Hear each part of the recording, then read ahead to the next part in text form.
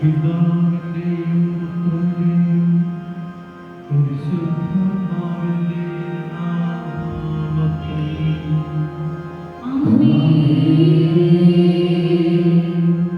നമ്മുടെ കർത്താവായ യേശുക്രിസ്തുവിന്റെ കൃപയും പിതാവായ ദൈവത്തിന്റെ സ്നേഹവും പരിശുദ്ധാത്മാവിന്റെ സംസർഗവും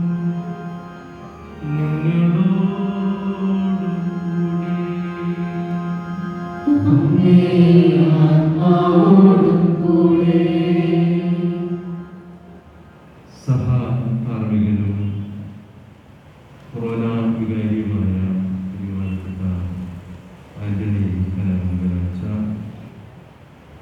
ബഹുമാനപ്പെട്ട ജോസഫ് കാറ്റുളിയച്ച, ബഹുമാനപ്പെട്ട സീവിയർ ചെന്നലാടിയച്ച, ബഹുമാനപ്പെട്ട ലോബോച്ച,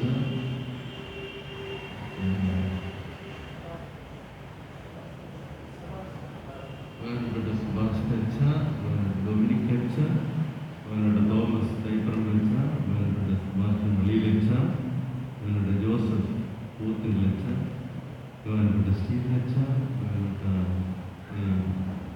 എൻ്റെ വികാരിയച്ച, നമ്മുടെ വികാരിയായ യോഷിയച്ച, ഇവിടെ സിസ്റ്റേഴ്സ്, മാതാപിതാക്കളെയും പിൻമക്കളെയും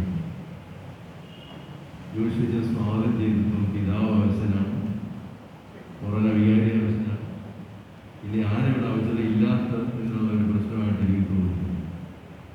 ഔസേപ്പ് പിതാവിൻ്റെ ഈ വർഷം നമുക്കെല്ലാം ദൈവാനുഗ്രഹം സമൃദ്ധമായി ലഭിക്കുന്നതിന് വേണ്ടി ഔസേപ്പ് പിതാവിനോട് മുട്ടുമായി പ്രാർത്ഥിക്കുക ആണ് പരിശുദ്ധ പിതാവ് ലക്ഷ്യം വെച്ചത്. പരിശുദ്ധ പിതാവിൻ്റെ ആഹ്വാനം പൂർണ്ണമായി ഉൾക്കൊണ്ടുകൊണ്ട് നമ്മുടെ രൂപതയിലെ വിവിധ പരിപാടികൾ ഔസേപ്പ് പിതാവിൻ്റെ പുണ്യങ്ങൾ പ്രാവർത്തികമാക്കാൻ വേണ്ടി നമ്മൾ ആവിഷ്കരിച്ച് നടപ്പാക്കിക്കൊണ്ടിരിക്കുകയാണ്. ഡിസംബർ 8-ാം തീയതി ആണ് സാർവത്രിക സഭ ഔസേപ്പ് പിതാവിൻ്റെ വർഷം സമാപിക്കുന്നത്.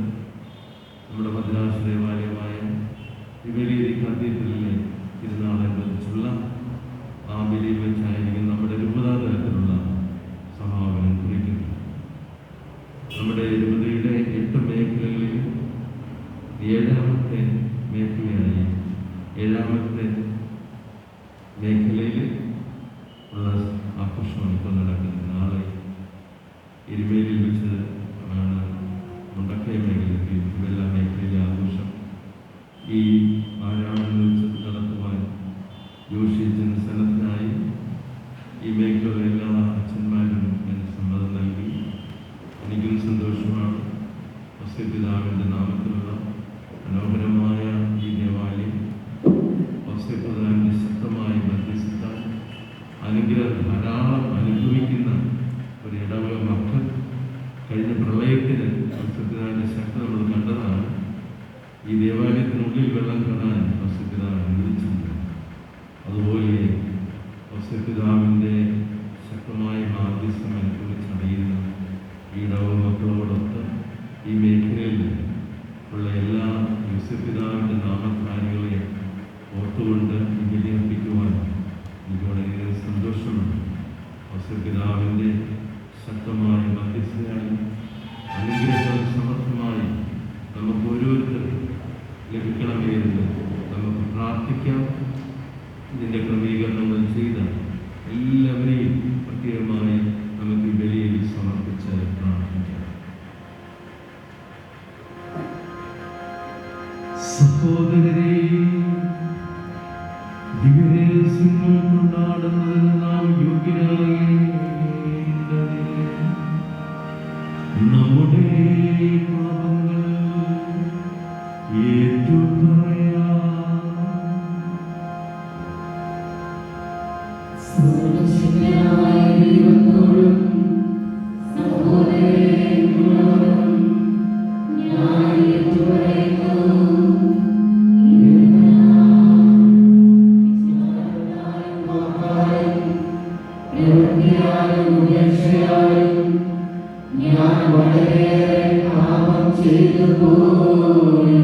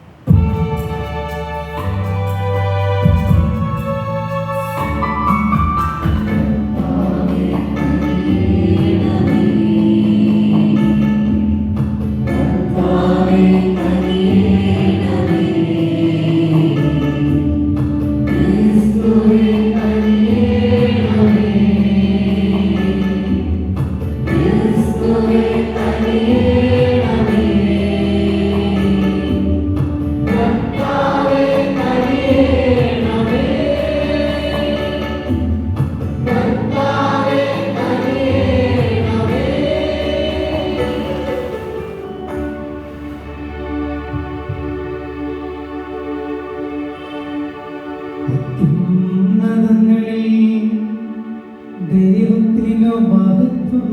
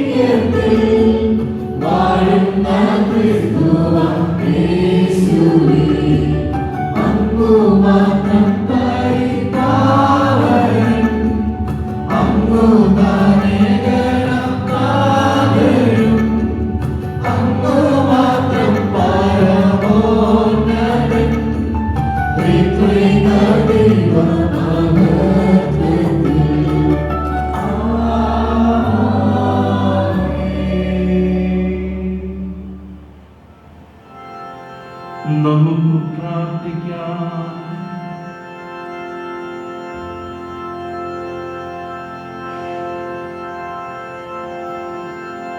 സർവശക്തനായ ദൈവമേ, മാനവരക്ഷാരഹസ്യങ്ങളുടെ ആരംഭം വിശ്വസിന്റെ വിശ്വസ സംരക്ഷണത്തിനാണ് ഭരമേൽപ്പിച്ചിട്ടല്ലോ. അദ്ദേഹത്തിന്റെ മാധ്യസ്ഥമായി അവയുടെ നിർവഹണം അങ്ങേ നിരന്തരം കാത്തുപാലിക്കുവാൻ അനുഗ്രഹിക്കുന്നു പ്രാർത്ഥിക്കുന്നു. അങ്ങയോടുകൂടെ പരിശുദ്ധാത്മാവുമായുള്ള ഐക്യത്തിൽ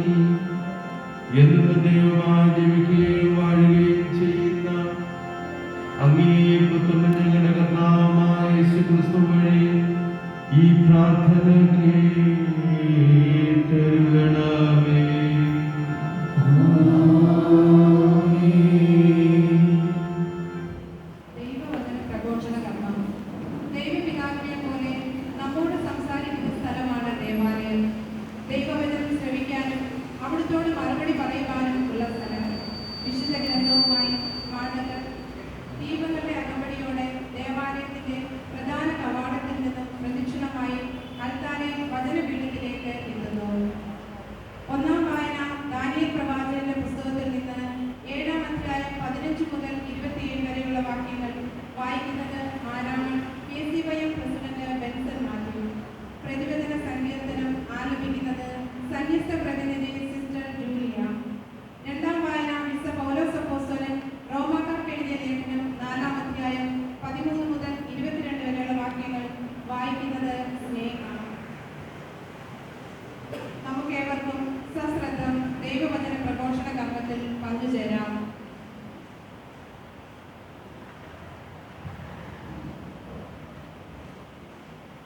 ദാനിയേൽ പ്രവാചകന്റെ പുസ്തകത്തിൽ നിന്ന്. ഞാൻ ദാനിയേൽ ഉത്കണ്ഠാകുലനായി. ദർശനങ്ങൾ എന്നെ പരിഭ്രാന്തനാക്കി. ഞാൻ അവിടെ നിന്നിരുന്നവരിൽ ഒരുവനെ സമീപിച്ച് ഇതിന്റെ എല്ലാം പൊരുളെന്താണെന്ന് ചോദിച്ചു. അതിന്റെ വ്യാഖ്യാനം അവൻ എനിക്ക് പറഞ്ഞു തന്നു. ഭൂമിയിൽ നിന്ന് ഉയർന്നു വരുന്ന 4 രാജാക്കന്മാരാണ് ഈ 4 മഹാമൃഗങ്ങൾ. എന്നാൽ അത്യുന്നതന്റെ പരിശുദ്ധർക്ക് രാജ്യം ലഭിക്കുകയും അവർ ആ രാജ്യം എന്നേക്കുമായി അവകാശമാക്കുകയും ചെയ്തു. മറ്റുള്ളവരിൽ നിന്ന് വ്യത്യസ്തനും കൂടുതൽ ഭയങ്കരനും ഉരുക്കുപല്ലും ഓട്ടുനഖമുള്ളവനും വെട്ടിവിഴുകുകയും കക്ഷണം കക്ഷണമായി തകർക്കുകയും മിച്ചമുള്ളവ കാലുകൊണ്ട് ചവിട്ടിയരയ്ക്കുകയും ചെയ്തവനുമായ 4ാമത്തെ മൃഗത്തെക്കുറിച്ച് അറിയാൻ ഞാൻ ആഗ്രഹിച്ചു. അതിൻ്റെ തലയിലുണ്ടായിരുന്ന 10 കൊമ്പുകളെയും മറ്റു 3 വീഴ്ത്തിയതും കണ്ണുകളും വൻപ് പറയുന്ന വായുമുള്ളതും മറ്റുള്ളവയേക്കാൾ ഭീകരവുമായ കൊമ്പിനെയും സംബന്ധിച്ച സത്യം അറിയുന്നതിന് ഞാൻ ആഗ്രഹിച്ചു. പുരാതന നായകൻ വന്ന് അത്യുന്നതന്റെ പരിശുദ്ധർക്ക് വേണ്ടി ന്യായവിധി നടത്തുന്നതുവരെ, പരിശുദ്ധർ രാജ്യം സ്വീകരിക്കുന്ന സമയം സമാഗതമാകുന്നതുവരെ ഈ കൊമ്പ് അവരുമായി പൊരുതി ചെയ്യിക്കുന്നതിന് ഞാൻ കണ്ടു. അവൻ പറഞ്ഞു, 4ാമത്തെ മൃഗം ഭൂമിയിലെ 4ാമത്തെ ഒരു സാമ്രാജ്യമാണ്. മറ്റെല്ലാ രാജ്യങ്ങളിൽ നിന്ന് അത് വ്യത്യസ്തമായിരിക്കും. അത് ഭൂമി മുഴുവൻ വെട്ടിവിഴുങ്ങുകയും ചവിട്ടി മെതിക്കുകയും കക്ഷണം കക്ഷണമായി തകർക്കുകയും ചെയ്യും. ഈ സാമ്രാജ്യത്തിലുള്ള ഉയർന്നു വരുന്ന 10 രാജാക്കന്മാരാണ് 10 കൊമ്പുകൾ. അവർക്കെതിരെ വേറൊരുവൻ അവരുടെ പിന്നാലെ വരും. തൻ്റെ മുൻഗാമികളിൽ നിന്ന് അവൻ ഭിന്നനായിരിക്കും. അവൻ 3 രാജാക്കന്മാരെ താഴെ ഇറക്കും. അവൻ അത്യുന്നതനെതിരെ ദൂഷണം പറയും. അത്യുന്നതന്റെ പരിശുദ്ധരെ അവൻ പീഡിപ്പിക്കും. നിയമങ്ങളും ഉത്സവ ദിനങ്ങളും മാറ്റുന്നതിന് അവൻ ആലോചിക്കും. സമയങ്ങളും സമയത്തിന്റെ പകുതിയും വരെ അവർ അവന്റെ കൈകളിൽ ഏൽപ്പിക്കപ്പെടും. എന്നാൽ ന്യായാധിപ സഭ വിധി പ്രസ്താവിക്കാൻ ഉപവിഷ്ടമാവുകയും അവന്റെ ആധിപത്യം എടുത്തു മാറ്റപ്പെടുകയും ചെയ്യും. പൂർണ്ണമായി ദഹിപ്പിച്ച് നശിപ്പിക്കേണ്ടതിന് തന്നെ ആകാശത്തിന് കീഴിലുള്ള സകല രാജ്യങ്ങളുടെയും രാജ്യത്വവും ആധിപത്യവും മഹത്വവും അത്യുന്നതന്റെ പരിശുദ്ധന്മാർക്ക് നൽകപ്പെടും. അവരുടെ രാജ്യം ശാശ്വതമാണ്. എല്ലാ ആധിപത്യങ്ങളും അവരെ സേവിക്കുകയും അനുസരിക്കുകയും ചെയ്യും. കർത്താവിന്റെ വചനം.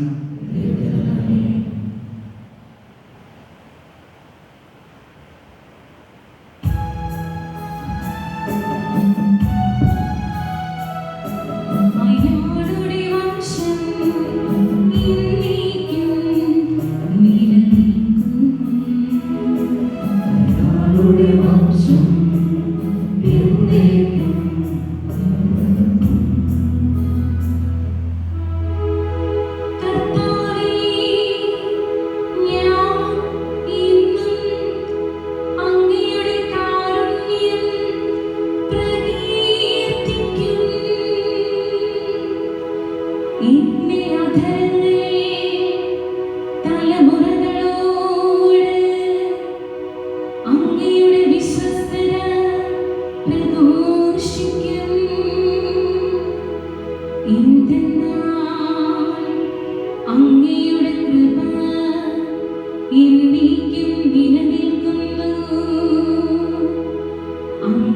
വിശ്വസ്തത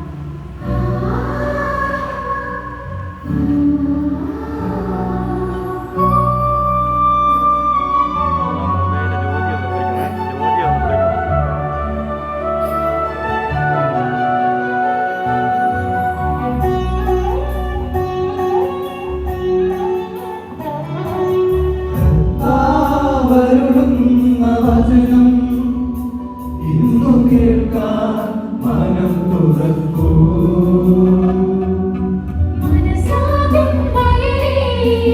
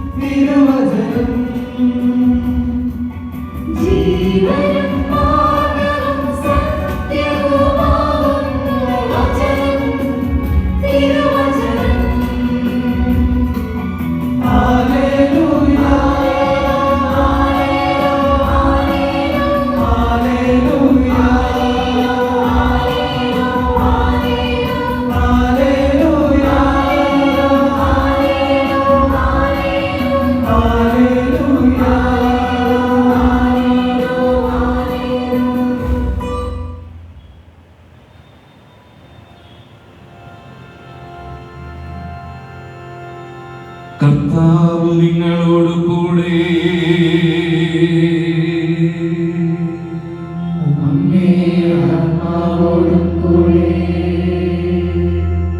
ലൂക്കായുടെ വിശുദ്ധ സുവിശേഷത്തിൽ നിന്നുള്ള വായന.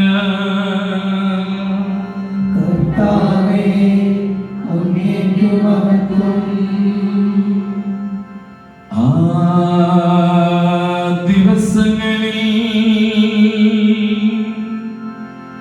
യേശു ശിഷ്യന്മാരോട് അരുൾ ചെയ്തു, സുഖലോലുപത, മദ്യാസക്തി, ജീവിത വ്യഗ്രത എന്നിവയാൽ നിങ്ങളുടെ മനസ്സ് ദുർബലമാവുകയും ആ ദിവസം ഒരു കെണി പോലെ പെട്ടെന്ന് നിങ്ങളുടെ മേൽ വന്നു വീഴുകയും ചെയ്യാതിരിക്കാൻ ശ്രദ്ധിച്ചുകൊള്ളുവിൻ. എന്തെന്നാൽ ഭൂമുഖത്തു ജീവിക്കുന്ന എല്ലാവരുടെയും മേൽ അത് നിപതിക്കുകയും ചെയ്യും. സംഭവിക്കാനിരിക്കുന്ന ഇവയിൽ നിന്നെല്ലാം രക്ഷപ്പെട്ട് മനുഷ്യപുത്രന്റെ മുമ്പിൽ പ്രത്യക്ഷപ്പെടാൻ വേണ്ട കരുത്തു ലഭിക്കാൻ സദാ പ്രാർത്ഥിച്ചുകൊണ്ട് ജാഗരൂകരായിരിക്കുവിൻ. സംഭവിക്കാനിരിക്കുന്ന ഇവയിൽ നിന്നെല്ലാം രക്ഷപ്പെട്ട് മനുഷ്യപുത്രന്റെ മുമ്പിൽ പ്രത്യക്ഷപ്പെടാൻ വേണ്ട കരുത്തു ലഭിക്കാൻ സദാ പ്രാർത്ഥിച്ചുകൊണ്ട് ജാഗരൂകരായിരിക്കുവിൻ.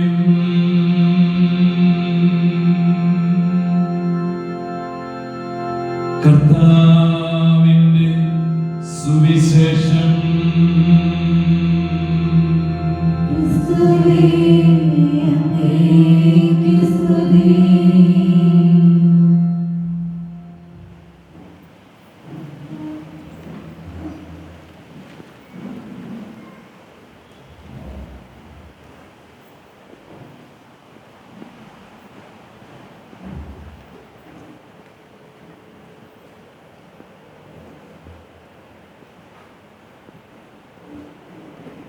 ഈശോയിൽ പ്രിയപ്പെട്ട സഹോദരങ്ങളെ, ഇന്നത്തെ ദിവസത്തിൻ്റെ പ്രാധാന്യം ആരാധനാ ക്രമം അനുസരിച്ച് നമ്മുടെ ആരാധനാക്രമത്തിൽ ഏറ്റവും നീണ്ട കാലയളവ് ആണ്ടുവട്ടത്തിലെ 34ാമത്തെ ആഴ്ചയിൽ അതിൻ്റെ സമാപന ദിനമാണ്. നാളെ നമ്മൾ ആഗമന കാലത്തിലേക്ക് പ്രവേശിക്കുകയാണ്. അതുകൊണ്ട് തന്നെയാണ് ഇന്നലെ നമ്മൾ ശ്രവിച്ച സുവിശേഷ ഭാഗം ലൂക്കായുടെ സുവിശേഷത്തിൽ നിന്ന് നമ്മൾ എപ്രകാരമാണ് ഈശോയെ സ്വീകരിക്കാനായിട്ട് ഒരുങ്ങേണ്ടത് എന്നുള്ള ലൂക്കായുടെ വചനമാണ് നാം ശ്രമിച്ചത്. സാധാരണ മനുഷ്യർ സുഖലോലുപത, മദ്യാസക്തി, ജീവിത വ്യഗ്രത ഇതുമൂലം തങ്ങളുടെ യഥാർത്ഥമായ ക്രിസ്തീയ ചൈതന്യത്തിൽ നിലനിൽക്കുവാൻ കഴിയാതെ ഒരു ജീവിതം നിറഞ്ഞു. ഒരു ക്രിസ്ത്യാനി വ്യത്യസ്തനാണ്, വ്യതിരിക്തനാണ്. മറ്റുള്ള എല്ലാവരെയും പോലെ ഒരു ജീവിതം നയിക്കാൻ വേണ്ടി വിളിക്കപ്പെട്ടവരല്ല ക്രിസ്ത്യാനികളായി നമ്മൾ. മറ്റെല്ലാവരും ജനിച്ചതുപോലെ തന്നെയാണ് നമ്മളും ജനിച്ചത്. നമ്മുടെ മാതാപിതാക്കൾ നമ്മൾക്ക് ജന്മം തന്നു, നമ്മൾ പിറന്നു. നമ്മൾ പിറന്നത് ഒരു ക്രിസ്തീയ കുടുംബത്തിലാണ്. ക്രിസ്തീയ കുടുംബത്തിൽ പിറന്നെങ്കിലും നമ്മൾ ക്രിസ്ത്യാനിയായി മാറിയത് ജ്ഞാനസ്നാനത്തിലൂടെയാണ്. അങ്ങനെ ജ്ഞാനസ്നാനം സ്വീകരിച്ചു കഴിഞ്ഞത് പിന്നെ നമുക്കൊരു വ്യത്യസ്തമായ ഒരു ഐഡന്റിറ്റി നമുക്ക്. അതുകൊണ്ട് അവൻ ക്രിസ്ത്യാനിയാണ് എന്നുള്ള ഒരേ കാരണത്താൽ ജീവൻ ബലിയർപ്പിക്കപ്പെടുന്ന ലക്ഷക്കണക്കിന് ആളുകളുണ്ടായി. സഭയുടെ ചരിത്രം പരിശോധിക്കുമ്പോൾ നമുക്ക് മനസ്സിലാക്കാൻ വേണ്ടി സാധിക്കും. ക്രിസ്ത്യാനിയാണ്, നീ ക്രിസ്തുവിനെ തള്ളിപ്പറ. ഇപ്പോഴും ലോകത്തിന്റെ വിവിധ ഭാഗങ്ങളിലും ക്രിസ്ത്യാനികള് ജീവൻ ബലി അർപ്പിക്കുന്നുണ്ട്. എന്തിനു വേണ്ടിയാണ്? ക്രിസ്തുവിനെ തള്ളി പറയാത്തത് കൊണ്ട്. അങ്ങനെ ഉള്ള ഒരു സാഹചര്യം നമുക്കിവിടെ ഇല്ല. നമ്മുടെ പ്രശ്നം ലൂക്കാസ് സുവിശേഷം പറഞ്ഞതുപോലെ സുഖലോലുപത, മദ്യാസക്തി, ജീവിത വ്യക്തിഗത. എല്ലാ മനുഷ്യരും ജീവിക്കാനായിട്ടുള്ള തത്രപ്പാട്, പണം സമ്പാദിക്കാൻ വേണ്ടിയുള്ള അധ്വാനമാണ്. എങ്ങനെയെങ്കിലും പണം സമ്പാദിക്കണം, എങ്ങനെയെങ്കിലും അധികാരം പിടിച്ചു വെക്കണം. എത്രയോ വലിയ ആളുകളാണ്. അല്ലെങ്കിൽ എല്ലാ ദിവസവും നമ്മൾ ഇങ്ങനെ പത്രത്തിലൂടെ നമ്മൾ കാണുമല്ലോ, ഇങ്ങനെ എയർപോർട്ടുകളിൽ സ്വർണം പിടിച്ചു വരുന്നു, സ്വർണം കടത്തിയത്. സ്വർണം കൊണ്ടുവരും, പിടിക്കും, ജയിലിലാകും. പക്ഷെ വീണ്ടും കൊണ്ടുവരും, വീണ്ടും പിടിക്കും, ജയിലിലാകും. അറിയത്തില്ല എന്തുകൊണ്ടാണ്. അധ്വാനിച്ച് ജീവിച്ചാൽ പോലെ, അധ്വാനിച്ച് കിട്ടുന്നത് കൊണ്ട് കഴിഞ്ഞാൽ പോലെ കുറച്ചാൾ ജയിലിൽ കിടന്നാൽ പ്രശ്നമൊന്നുമില്ല. എന്നാലും പിന്നെ ആസ്വദിക്കാമല്ലോ, ആഹ്ലാദിക്കാമല്ലോ എന്നുള്ള ഒരു ചിന്തയാണ്. അപ്പൊ ഇങ്ങനെയുള്ള ചിന്തകൾ നിലനിൽക്കുമ്പോൾ ആണ് നമ്മൾ പിതാവിന്റെ ഈ വർഷം ആചരിക്കുകയും അതിൽ പരിസമാപ്തി കുറിക്കുവാൻ വേണ്ടി ഈ ദിവ്യബലി നമ്മൾ അർപ്പിക്കുകയും ചെയ്യുന്നത്. എനിക്ക് വളരെയധികം സന്തോഷമുള്ളത് ഈ മേഖലയിലുള്ള എല്ലാ അച്ഛന്മാരും ഇത് സന്നിധരായിരിക്കുന്നതാണ്. ഞങ്ങളുടെ പ്രിയങ്കരനായ കാനപ്പള്ളിയുടെ സഹോദരനെ കഴിഞ്ഞ ദിവസമാണ് മരിച്ചത്. അദ്ദേഹത്തെ ഇവിടെ ഉണ്ടാകില്ലെന്ന് ഞാൻ കരുതി, പക്ഷെ അദ്ദേഹം വന്നു. അപ്പോൾ അങ്ങനെ ഈ ഇടവയിലെ ഈ മേഖലയിലുള്ള ഇടവക പ്രതിനിധികൾ എല്ലാവരും തന്നെ എത്തിയിട്ടുണ്ട്. ഇതൊക്കെ നമ്മുടെ വിശ്വാസത്തെ എടുത്തു കാണിക്കുന്ന കാര്യമാണ്. ഔസേപ്പിതാവിന്റെ വർഷം പരിശുദ്ധ ഫ്രാൻസിസ് പാപ്പ പ്രഖ്യാപിക്കുന്നത് 9ാം പീയൂസ് മാർപ്പാപ്പ 150 വർഷം മുമ്പ് സഭയുടെ സാർവത്രിക സഭയുടെ മധ്യസ്ഥനായി യൂസേഫിനെ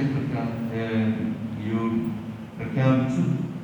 അതിന്റെ 150ാം വാർഷികത്തിൽ പരിശുദ്ധ പിതാവ് ഈ വർഷം ഔസേപ്പിതാവിന്റെ വർഷമായി ആചരിക്കാൻ ആഗ്രഹിക്കുകയും അതനുസരിച്ച് നമ്മൾ ആചരിച്ചുകൊണ്ടിരിക്കുകയാണ്. 150 വർഷം മുമ്പ് 9ാം പീയൂസ് മാർപ്പാപ്പ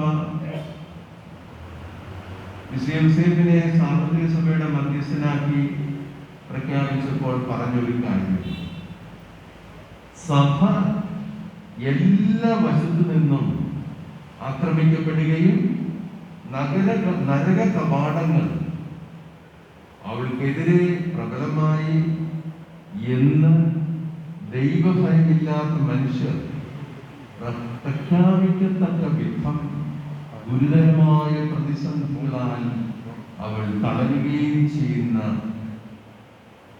ക്ലേശകരമായ ഒരു സമയമാണ്. ഇന്ന് സഭ ഇതുപോലെ തന്നെ പ്രതിസന്ധിയിലൂടെ കടന്നു പോവുകയാണ്. മെത്രാന്മാർ അവഹേളിക്കപ്പെടുന്നു, സന്യസ്തർ കന്യാസ്ത്രീകൾ അവഹേളിക്കപ്പെടുന്നു, കത്തോലിക്കർ അവഹേളിക്കപ്പെടുന്നു. ലോകത്ത് പലതരത്തിലുള്ള പ്രകൃതി ദുരന്തങ്ങളും പ്രതിബന്ധങ്ങളും തടസ്സങ്ങളും മനുഷ്യരെ അഭിമുഖീകരിക്കുന്നു. ദാരിദ്ര്യം കുടികുത്തി വാഴുന്നു, തൊഴിലില്ലായ്മ അതിച്ച കോടിയിലേക്ക് എത്തിക്കൊണ്ടിരിക്കുന്നു. അങ്ങനെ മനുഷ്യൻ പലതരത്തിൽ കഷ്ടപ്പെടുന്ന വേളയിലാണ് ഈ പ്രളയവും മഹാമാരിയും ഒക്കെ കടന്നു വരുന്നത്. ഇങ്ങനെയുള്ള ഈ ഒരു സാഹചര്യത്തിൽ 150 വർഷത്തെ മുമ്പുണ്ടായിരുന്ന അതിനേക്കാൾ ഗൗരവമായ ഒരു സാഹചര്യമാണ് ഇന്നുള്ളത്. അതുകൊണ്ട് 9-ാം പീയൂസ് മാർപ്പാപ്പ ചെയ്തതുപോലെ സാർവത്രിക സഭയുടെ മധ്യസ്ഥനായ യൂസേപ്പിന്റെ വർഷമായി നമ്മൾ ആഘോഷിക്കും. അപ്പോൾ ഇങ്ങനെയുള്ള ഈ പ്രതിബന്ധങ്ങളും തടസ്സങ്ങളും ക്രിസ്ത്യാനികളായ നമ്മൾ ലോകം അഭിമുഖീകരിക്കുമ്പോൾ നമ്മൾ യോസേപ്പ് പിതാവിന്റെ പുണ്യങ്ങൾ നമ്മളുടെ ജീവിത പുണ്യങ്ങളായി കണ്ടുകൊണ്ട് ജീവിക്കട്ടെ. ഇന്ന് നമ്മൾ ലൂക്കാ സുവിശേഷകന്റെ ആ വചനമാണ് ശ്രമിച്ചത്. 21-ാം അധ്യായത്തിനുള്ള വചനമാണ് നമ്മൾ ശ്രമിച്ചത്. ഈ യോസേപ്പ് പിതാവിനെ പ്രത്യേകമായി ആദരിക്കണമെന്നോ വണങ്ങണമെന്നോ ബൈബിളൊന്നും പറയില്ല. യോസേപ്പ് പിതാവ് സംസാരിക്കുന്നേയില്ല. ലൂക്കാ സുവിശേഷകൻ യോസേപ്പ് പിതാവിന്റെ സാന്നിധ്യത്തെ കുറിച്ച് പറയുകയും പരിശുദ്ധ അമ്മ യോസേപ്പ് പിതാവിനെ ഈശോയുടെ പിതാവായിട്ട് പ്രഖ്യാപിക്കുകയും ചെയ്യുന്ന പല ഭാഗങ്ങൾ ലൂക്കായുടെ സുവിശേഷം നോക്കുക. ലൂക്കായുടെ സുവിശേഷം 2-ാം അധ്യായം 4-ാം വചനം. യോസഫ് ദാവീദിന്റെ കുടുംബത്തിലും വംശത്തിൽപ്പെട്ടവനായിരുന്നതിനാൽ ഗലീലിലെ പട്ടണമായ നസറത്തിൽ നിന്ന് യൂദയിൽ ദാവീദിന്റെ പട്ടണമായ ബേത്ലഹേമിലേക്ക് ഗർഭിണിയായ മറിയത്തോടു കൂടെ പോയി. ജോസഫ് ഈ ഗർഭിണിയായ മറിയത്തോടു കൂടി പോകുന്ന ആ വിവരം ഇവിടെ പ്രത്യേകമായിട്ട് നാം ശ്രദ്ധിക്കേണ്ടത് ദാവീദിന്റെ കുടുംബത്തിലും വംശത്തിലും പെട്ടവനായിരുന്നു യോസേഫ്. അപ്പോൾ അങ്ങനെ ആ ദാവീദിന്റെ വംശത്തിൽപ്പെട്ട വലിയ ദൈവത്താൽ തെരഞ്ഞെടുക്കപ്പെട്ട വലിയവനാണ് യോസേഫ് എന്നുള്ള ഒരു കാഴ്ചപ്പാടാണ് ലൂക്കാ സുവിശേഷത്തിൽ. ഇനി ആ മാതാപിതാക്കൾ, ഇത് മാതാപിതാക്കളാണ്, അല്ലാതെ വളർത്തു പിതാവെന്ന് നമ്മൾ പറയുമെങ്കിലും സുവിശേഷം പറയുന്നത് പിതാവ് തന്നെയാണ്. ലൂക്കാ 2:27 നിയമപ്രകാരമുള്ള അനുഷ്ഠാനങ്ങൾക്കായി ശിശുവായ യേശുവിനെ മാതാപിതാക്കൾ ദേവാലയത്തിൽ കൊണ്ടുവരുന്നു. വളർത്തു പിതാവും അമ്മയും കൂടി കൊണ്ടുവരുന്നല്ല, മാതാപിതാക്കൾ ഈ ശിശുവിനെ ദേവാലയത്തിൽ കൊണ്ടുവരുന്നു. ലൂക്കാ 2:41 യേശുവിന്റെ മാതാപിതാക്കന്മാർ ആണ്ടുതോറും പെസഹ തിരുനാളിന് ജെറുസലേമിൽ പോയിരുന്നു. ഈ നമ്മൾ ആദ്യം കണ്ട ആ തിരുവചന ഭാഗം നിയമപ്രകാരമുള്ള അനുഷ്ഠാനങ്ങൾക്കായി ശിശുവായ യേശുവിനെ മാതാപിതാക്കന്മാർ ദേവാലയത്തിൽ കൊണ്ടുവരുന്നു. അത് ഇന്നത്തെ മാതാപിതാക്കൾക്ക് മാതൃകയായി എടുക്കാവുന്ന ആ മാതൃകയാണ് ഈ തിരുക്കുടുംബത്തിലെ യൂസേപ്പും മറിയവും. യൂസേപ്പും മറിയവും നിയമപ്രകാരമുള്ള കർമ്മങ്ങൾ പൂർത്തീകരിക്കാനായി തങ്ങളുടെ കുഞ്ഞിനെ ദേവാലയത്തിൽ കൊണ്ടുവരും. നമ്മളിന്ന് നമ്മുടെ കുടുംബത്തിൽ ഒരു കുഞ്ഞ് തുറന്നു വീഴുമ്പോൾ ആദ്യം നമ്മൾ വികാരിയത്തിൻ്റെ അടുത്ത് എന്ന് പറയും, കുഞ്ഞിച്ചു ഞാൻ ജ്ഞാനസ്നാനം കൊടുക്കണം. സഭയുടെ നിയമം അനുസരിച്ച് ഒരു കുഞ്ഞ് ജനിച്ചാൽ ആദ്യത്തെ ആഴ്ചകളിൽ തന്നെ അത് ജ്ഞാനസ്നാനം കൊടുക്കണമെന്നതാണ്. ആദ്യത്തെ ആഴ്ച എന്ന് പറഞ്ഞാൽ 1 മാസത്തിനുള്ളിൽ ആ കുഞ്ഞിന് ജ്ഞാനസ്നാനം കുഞ്ഞ് ഒരു തെറ്റും ചെയ്തിട്ടില്ല. പക്ഷേ ഉത്ഭവഭാവത്തോടു കൂടിയാണ് ആ കുഞ്ഞ് ജനിച്ചത്.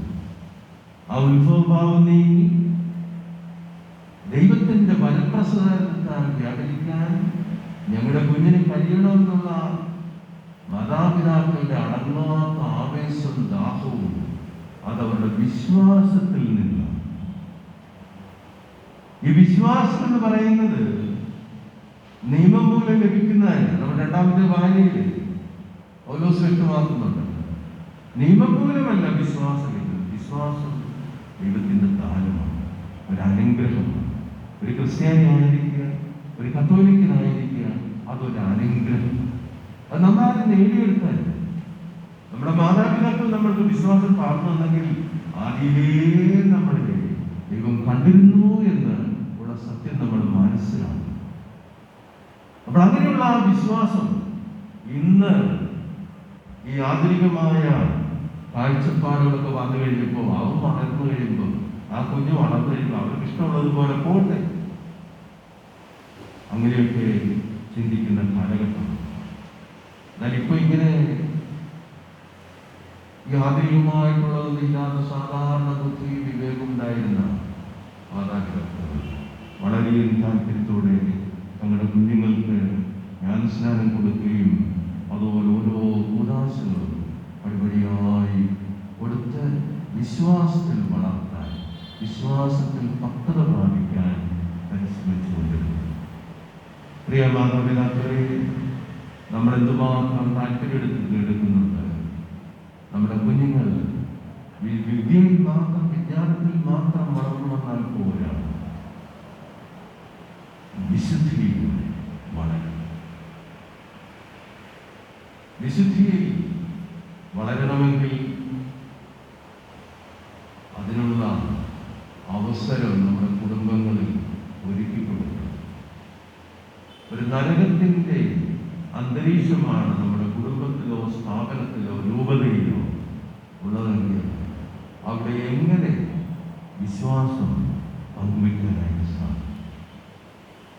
നമ്മുടെ കുടുംബത്തിൽ നിന്ന് പിശാചിനെ പൂർണ്ണമായി ഇറക്കി, കുടുംബത്തിൽ നിന്ന് പിശാചിനെ പൂർണ്ണമായി ഇറക്കി മാറ്റുക എന്ന് പറഞ്ഞാൽ ആ കുടുംബത്തിലുള്ള ഓരോ വ്യക്തിയിൽ നിന്നും പിശാചിനെ ഒഴിച്ചു മാറ്റണം. ഭാര്യയ്ക്കും കുഞ്ഞുങ്ങൾക്കും ഒരു കുഴപ്പമൊന്നുമില്ല. ഒരു ഭർത്താവ് പിശാചാണെങ്കിൽ ആ കുടുംബത്തിൽ ഭർത്താവിന് കുഴപ്പമൊന്നുമില്ല, ഭാര്യയ്ക്കും മറ്റും മക്കൾക്കും എല്ലാം പിശാചാണെങ്കിൽ കുഴപ്പമാണ്. കുടുംബത്തിലെ എല്ലാ അംഗങ്ങളും വിശ്വാസികളായി മാറണമെങ്കിൽ സാത്താന്റെ ആ സാന്നിധ്യം മനസ്സിൽ നിന്ന് ഓരോ വ്യക്തിയുടെയും ജീവിതത്തിൽ നിന്ന് മാറ്റി. ആദ്യത്തെ പാപം ചെയ്യുവാൻ പ്രേരിപ്പിച്ചത് സാത്താൻ, സർപ്പമാണ്. ആ സർപ്പത്തിന്റെ പ്രേരണയാലാണ് ആദിമാതാപിതാക്കൾ പാപം ചെയ്തു. സർപ്പം ഇന്നും ജീവിക്കുന്നു, പിശാച് ഇന്നും ജീവിക്കുന്നു. പിശാച് എപ്പോഴും നല്ല മനുഷ്യരെ തകർക്കാനായിട്ട് പരിശ്രമിച്ചു. നമ്മളുടെ വിശ്വാസപരമായ ജീവിതം ദേവാലയവുമായി ബന്ധപ്പെട്ട് കിടക്കുന്നു. എത്രയോ ആളുകൾ ഈ ലോക്ക്ഡൗൺ വന്ന സമയത്ത് കുർബാനയിൽ സംബന്ധിക്കാത്തത് കൊണ്ട് മാനസികമായി പ്രയാസപ്പെട്ടു. ഒരച്ഛനോട് ഒരു അമ്മയ്ക്ക് വിളിച്ചു പറഞ്ഞ, അച്ഛാ പള്ളിയൊന്ന് തുറന്നിടച്ചാണ്, ആ വാദക്കെങ്കിലും വന്ന് പരിശുദ്ധ കുർബാന ഒന്ന് കാട്ടച്ചാണ്. അത്രമാത്രം ആ കുർബാനയിൽ കാണാനായിട്ട്, കുർബാനയിൽ പങ്കെടുക്കാനായിട്ട് ഉള്ള ഒരു തീവ്രമായ അഭിലാഷം ഈ ലോക്ക്ഡൗൺ കാലത്ത് അനേകം പേർക്കുണ്ടായി. അത്രമാത്രം വിശ്വാസത്തിന് പ്രാധാന്യം കൊടുക്കുന്ന ജനങ്ങൾ, വിശ്വാസികൾ നമ്മളുടെ ഈശോയെ 12-ാം വയസ്സിൽ കാണാതെ പോയപ്പോൾ അത് ലൂക്ക 2:48. ഞാനെപ്പോഴും ഔസേപ്പ് പിതാവൊന്നും സംസാരിക്കുന്നില്ല. ഔസേപ്പ് പിതാവിനെ കുറിച്ച് അമ്മ ഓരോ കാര്യങ്ങൾ വെളിപ്പെടുത്തുന്ന ആ തിരുവചന ഭാഗങ്ങളാണ് നിങ്ങളോട് പങ്കുവെക്കാൻ ആഗ്രഹിക്കുന്നത്. ലൂക്ക 2:48 ഇങ്ങനെ മകനെ കാണാൻ 3-ാം ദിവസം ദേവാലയത്തിൽ വേദശാസ്ത്രവുമായി തർക്കിച്ചുകൊണ്ടിരിക്കുന്നത് കണ്ടു. അപ്പോഴാണ് ഈ മാതാപിതാക്കൾ വന്ന് അവനെ കണ്ടപ്പോൾ, ലൂക്ക 2:48 അവനെ കണ്ടപ്പോൾ മാതാപിതാക്കൾ വിസ്മയിച്ചു. അവന്റെ അമ്മ അവനോട് പറഞ്ഞു, മകനെ, നീ ഞങ്ങളോട് ഇങ്ങനെ ചെയ്തതെന്ത്? നിന്റെ പിതാവും ഞാനും ഉത്കണ്ഠയോടുകൂടെ നിന്നെ അന്വേഷിക്കുകയാണ്. പരിശുദ്ധ മറിയം ഒരിക്കലും പറഞ്ഞിട്ട് നിന്റെ വളർത്തു പിതാവും ഞാൻ. പരിശുദ്ധ മറിയം എപ്പോഴും യോസേപ്പിനെ ദൈവത്തിന്റെ പിതാവായിട്ടാണ്. അതുകൊണ്ടല്ല ഇങ്ങനെ വ്യക്തമായി പറയാം, നിന്റെ പിതാവും, ഇവിടെ പറയാം നിന്റെ വളർത്തു പിതാവും, നിന്റെ പിതാവും ഞാനും ഉത്കണ്ഠയോടെ എന്നെ അന്വേഷിക്കുകയാണ്. ഇനി ലൂക്കായുടെ സുവിശേഷത്തിൽ നമ്മൾ ക്രിസ്ത്യാനിയുടെ വ്യത്യസ്തതയും വ്യതിരിക്തതയും മനസ്സിലാക്കാനായിട്ട് ഈശോ എന്തിനാണ് വന്നത് എന്ന് നമ്മൾ ചിന്തിക്കുന്നതായിരിക്കും. ലൂക്കായുടെ സുവിശേഷം 4-ാം അധ്യായം 12 വളരെ പ്രസിദ്ധമായി നമ്മൾ എപ്പോഴും ഞങ്ങളൊക്കെ പ്രസംഗത്തിൽ ഉപയോഗിക്കുന്ന ഒരു ഭാഗമാണ്. കർത്താവിൻ്റെ മാനിഫെസ്റ്റോ. ഈശോ എന്തിനാണ് വന്നത്? എന്തിനാണ് മനുഷ്യനാവതരിച്ചത്? ഈശോ പറയുന്നു, ദേവാലയത്തിൽ പ്രവേശിച്ചിട്ട് വിശുദ്ധ ഗ്രന്ഥം എടുത്ത് വായിച്ച യെശയ്യായുടെ ആ പ്രവചനം എടുത്ത് വായിച്ചു. കർത്താവിൻ്റെ ആത്മാവ് എൻ്റെ മേൽ, അവിടുന്ന് എന്നെ അഭിഷേകം ചെയ്തു, ബന്ധിതർക്ക് മോചനവും അന്ധർക്ക് കാഴ്ചയും അടിച്ചമർത്തപ്പെട്ട് സ്വാതന്ത്ര്യവും പ്രഖ്യാപിക്കാൻ അവിടുന്ന് എന്നെ അയച്ചു.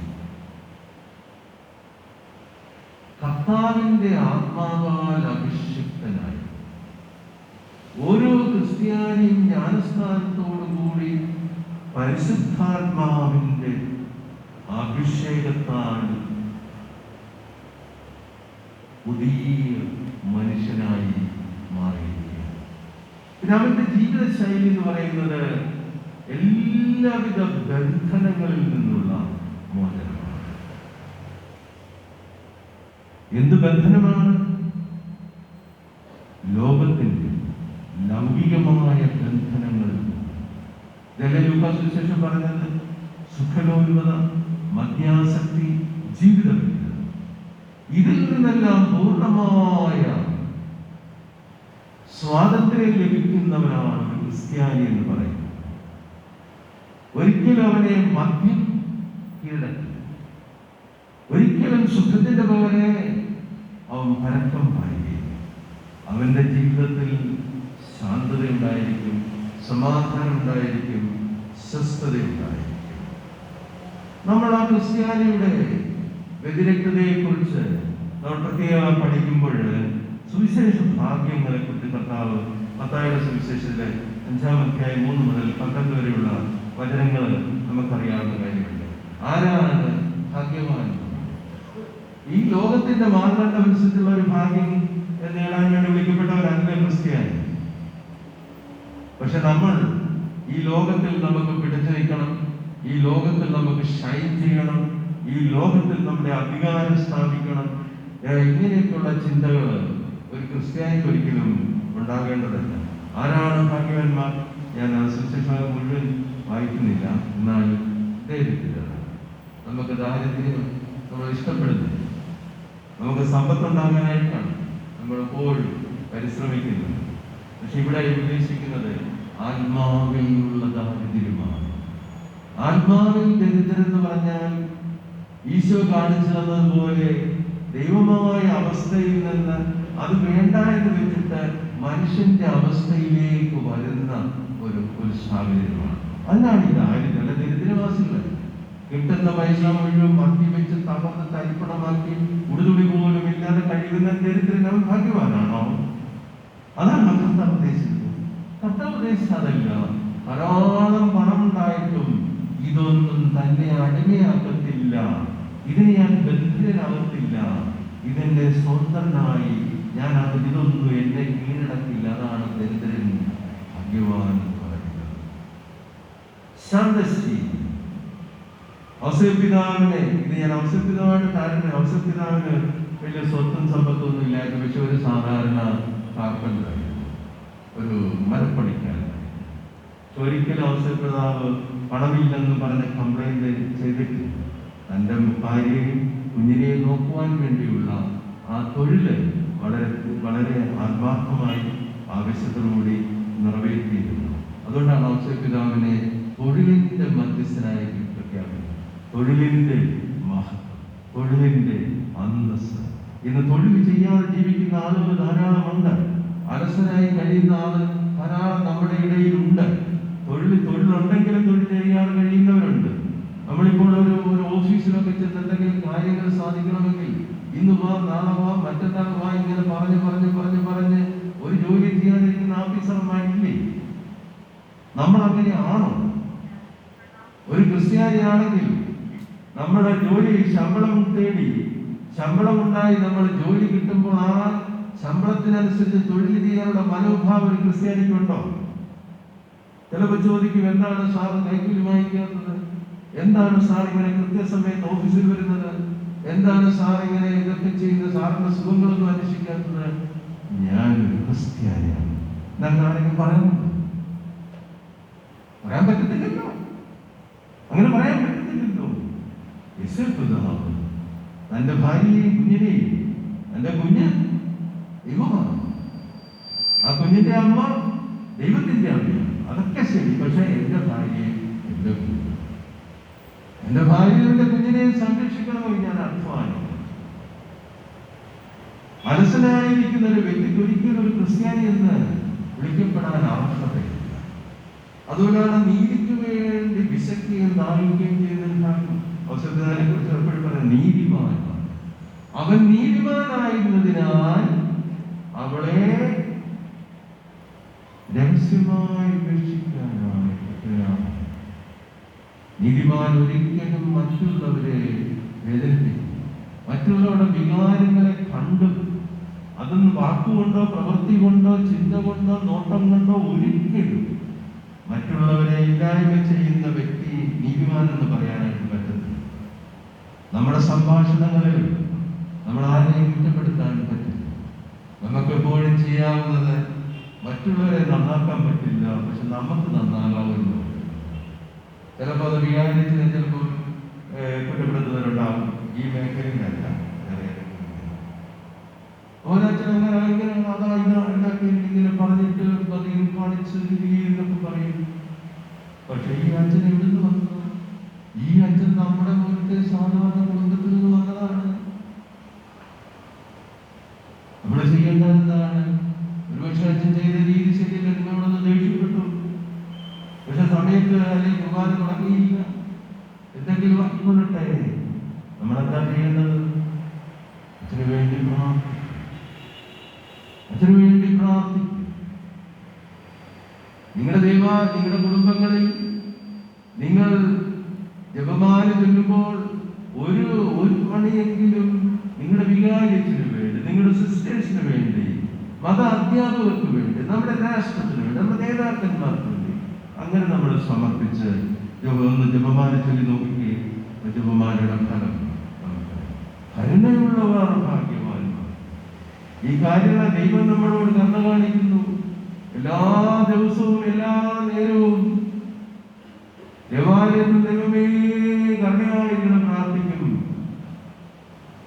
പുറത്തേക്ക് ഇറങ്ങി ഒന്ന് ചെരുപ്പ് കണ്ടില്ലെങ്കിൽ പിന്നെ ആർക്കും കേൾക്കാത്ത സാഹിത്യം നമ്മൾ പറയുന്നു. നല്ല ചെരുപ്പ്, പുതിയ ചെരുപ്പാണ്, ആരാണ്ട് എടുത്തില്ല, മാർക്കൊക്കെ പോയത്. പക്ഷെ പള്ളിയിൽ ഇരുന്നുള്ള ദൈവമേ കണ്ണ കാണിക്കണേ കൊടുക്കണേ എന്നെല്ലാം പറയുന്നു. പക്ഷെ അവിടെ ചെരുപ്പ് കണ്ടില്ല, പുതിയ ചെരുപ്പാണ്. പിന്നെ ഈ കരുണ, ദൈവത്തോട് ചോദിക്കുന്ന കരുണ നമ്മൾ നമ്മുടെ സാധാരണ ജീവിതത്തിൽ കാണിക്കണം. കരുണ കാണിക്കുന്നവർ ഭാഗ്യവാന്മാർ, സമാധാനം സ്ഥാപിക്കുന്നവർ ഭാഗ്യവാന്മാർ. നീതിക്ക് വേണ്ടി പീഡനയേൽക്കും, നീതി നടത്തിയാൽ പോരാ, നീതിക്ക് വേണ്ടി പീഡനമേൽക്കുന്നവർ ഭാഗ്യവാന്മാർ. വ്യാജമായി നിങ്ങൾ അവഹേളിക്കപ്പെടുമ്പോൾ ഒരുപക്ഷെ നിങ്ങളുടെ നന്മയെ കണ്ടാണ് നിങ്ങൾ നല്ലവരാകണം, നിങ്ങൾ സമൂഹത്തിൽ നല്ലവരാണെന്ന് പറഞ്ഞാൽ നിങ്ങളെ കുറ്റം പറയാൻ പരിഹസിക്കുകയൊക്കെ ചെയ്യും. സന്തോഷിക്കും, സന്തോഷിക്കും. അങ്ങനെ സന്തോഷിക്കുന്നുണ്ട്. വ്യാജമായ അപകടിക്കപ്പെടുമ്പോൾ നമുക്ക് ആഹ്ലാദിച്ച് ആനന്ദിക്കാം. സ്വർഗത്തിൽ നമ്മുടെ പ്രതിഫലം വലുതായി. ഔസേപിതാവിന്റെ മാതൃക നമ്മൾ സ്വീകരിക്കുമ്പോൾ നമ്മൾ പ്രത്യേകമായിട്ട് നീതിമാനായിരുന്നു, വിശ്വസ്തനായിരുന്നു, യഥാർത്ഥമായി ദൈവത്തിൽ അടിയുറച്ച് വിശ്വസിച്ചവനായിരുന്നു. ദൈവത്തിൽ അടിയുറച്ച് വിശ്വസിക്കുന്നതായതുകൊണ്ടാണ് എപ്പോഴും ദൈവത്തിന്റെ ഹിതമനുസരിച്ച് ജീവിക്കാൻ കഴിയും. നമ്മൾ ചിലപ്പോൾ നമ്മുടെ ബുദ്ധി, നമ്മുടെ അറിവ്, നമ്മുടെ പഠനം, നമ്മുടെ ജ്ഞാനം ഇതൊക്കെ നമുക്കുണ്ടാകും. അത് വെച്ചുള്ള അളവ് പോലാണ്, അത് ഗുണമാണ്. പക്ഷെ ദൈവമേ നീ എന്താണ് ചിന്തിക്കുന്നത്? അത് നമ്മളുടെ അറിവുകൾ നമ്മളെ അഹങ്കാരത്തിലേക്ക് നയിച്ചു കഴിയുമ്പോൾ ദൈവത്തിനെ നോക്കാൻ പോലും നമുക്ക് സാധിക്കും. നമുക്ക് എന്തുമാത്രം അറിവും ഡിഗ്രികളും ഇതൊക്കെ ഉണ്ടാകുമ്പോൾ നമ്മൾ അത്രമാത്രം വിനീതരായാൽ മാത്രമേ ദൈവത്തിന്റെ സ്വരം ശ്രവിക്കാനായിട്ട് കഴിയൂ. പ്രിയപ്പെട്ടവരെ, യോസേപ്പിതാവിനെ പോലെ വിനീതമായ ഹൃദയത്തിന്റെ ഉടമകളായി മാറാനായി നമുക്ക് പരിശ്രമിക്കാം. ദൈവം നമ്മെ സമർത്ഥമായി അനുഗ്രഹിക്കും.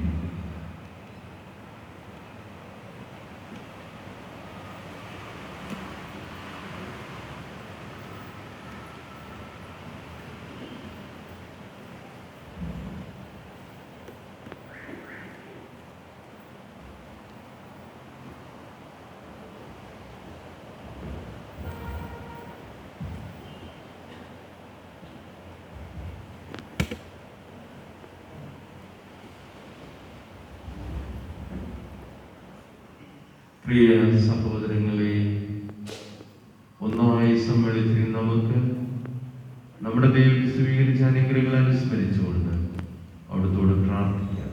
ശ്രമിക്കാൻ അതിലുള്ള പ്രാർത്ഥനകൾ അവിടെ നമ്മെ പ്രചോദിപ്പിക്കുന്നതാണ്.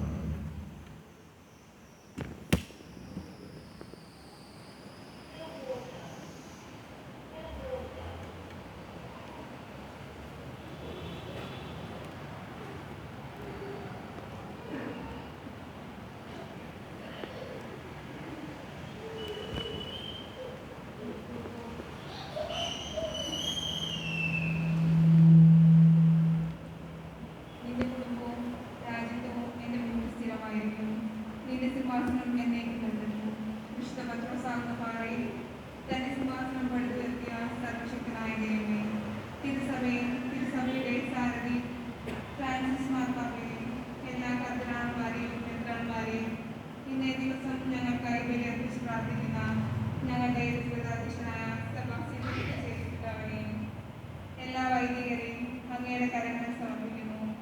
ഈ ബലികളിൽ നിന്ന് നിർഗളിക്കുന്ന ചൈതന്യത്താൽ അവരുടെ ജീവിതങ്ങളെ അനുഗ്രഹപ്രദമാക്കണമെന്ന് കർത്താവെ അങ്ങോട്ട് ഞങ്ങൾ പ്രാർത്ഥിക്കുന്നു. അവളുടെ ഭർത്താവായ ജോസഫ് നീതിമാനായിരുന്നു എന്ന് തിരുവചനത്തിലൂടെ വെളിപ്പെടുത്തി തന്ന നല്ല പിതാവേ, ഞങ്ങളുടെ രാഷ്ട്രീയ അധികാരികളെ സമർപ്പിച്ച് പ്രാർത്ഥിക്കുന്നു.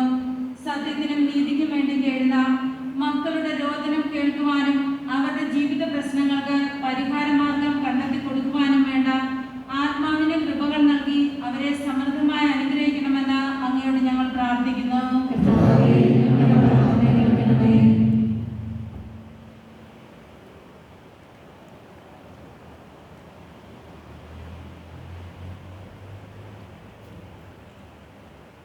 സ്നേഹപിതാവായ ദൈവമേ, 2023 ഒക്ടോബറിൽ റോമിൽ വെച്ച് നടക്കുന്ന മെത്രാന്മാരുടെ 16ാം സിനഡിന്റെ വിജയത്തിനായും ആ സിനഡിന്റെ ഭാഗമായ കൂട്ടായ്മ, പങ്കാളിത്തം, പ്രേക്ഷിത ദൗത്യം എന്നിവയെ സമർപ്പിച്ച് പ്രാർത്ഥിക്കുന്നു.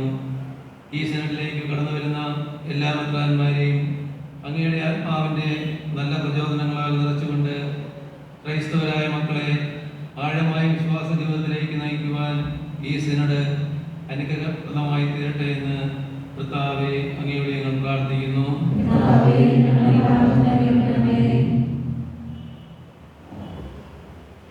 കർത്താവിന്റെ ദൂതൻ സ്വപ്നത്തിൽ പ്രത്യക്ഷപ്പെട്ട് അവനോട് പറഞ്ഞു, ദാവീദിന്റെ പുത്രനായ ജോസഫ്, അദ്ദേഹത്തെ ഭാര്യയായി സ്വീകരിക്കുവാൻ ശങ്കിക്കേണ്ട. കർത്താവായ യേശുവേ, കുടുംബജീവിതങ്ങൾക്ക് മാതൃകയായി അങ്ങ് ഞങ്ങൾക്ക് നൽകുന്നത് തിരുക്കുടുംബത്തെ തന്നെയാണല്ലോ.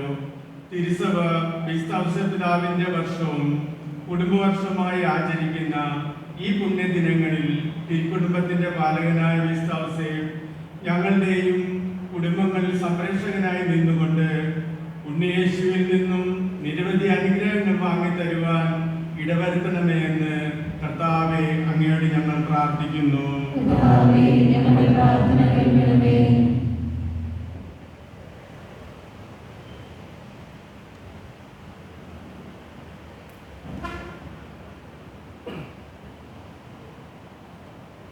വിളമധികം വേലക്കാരോ ചുരുക്കം.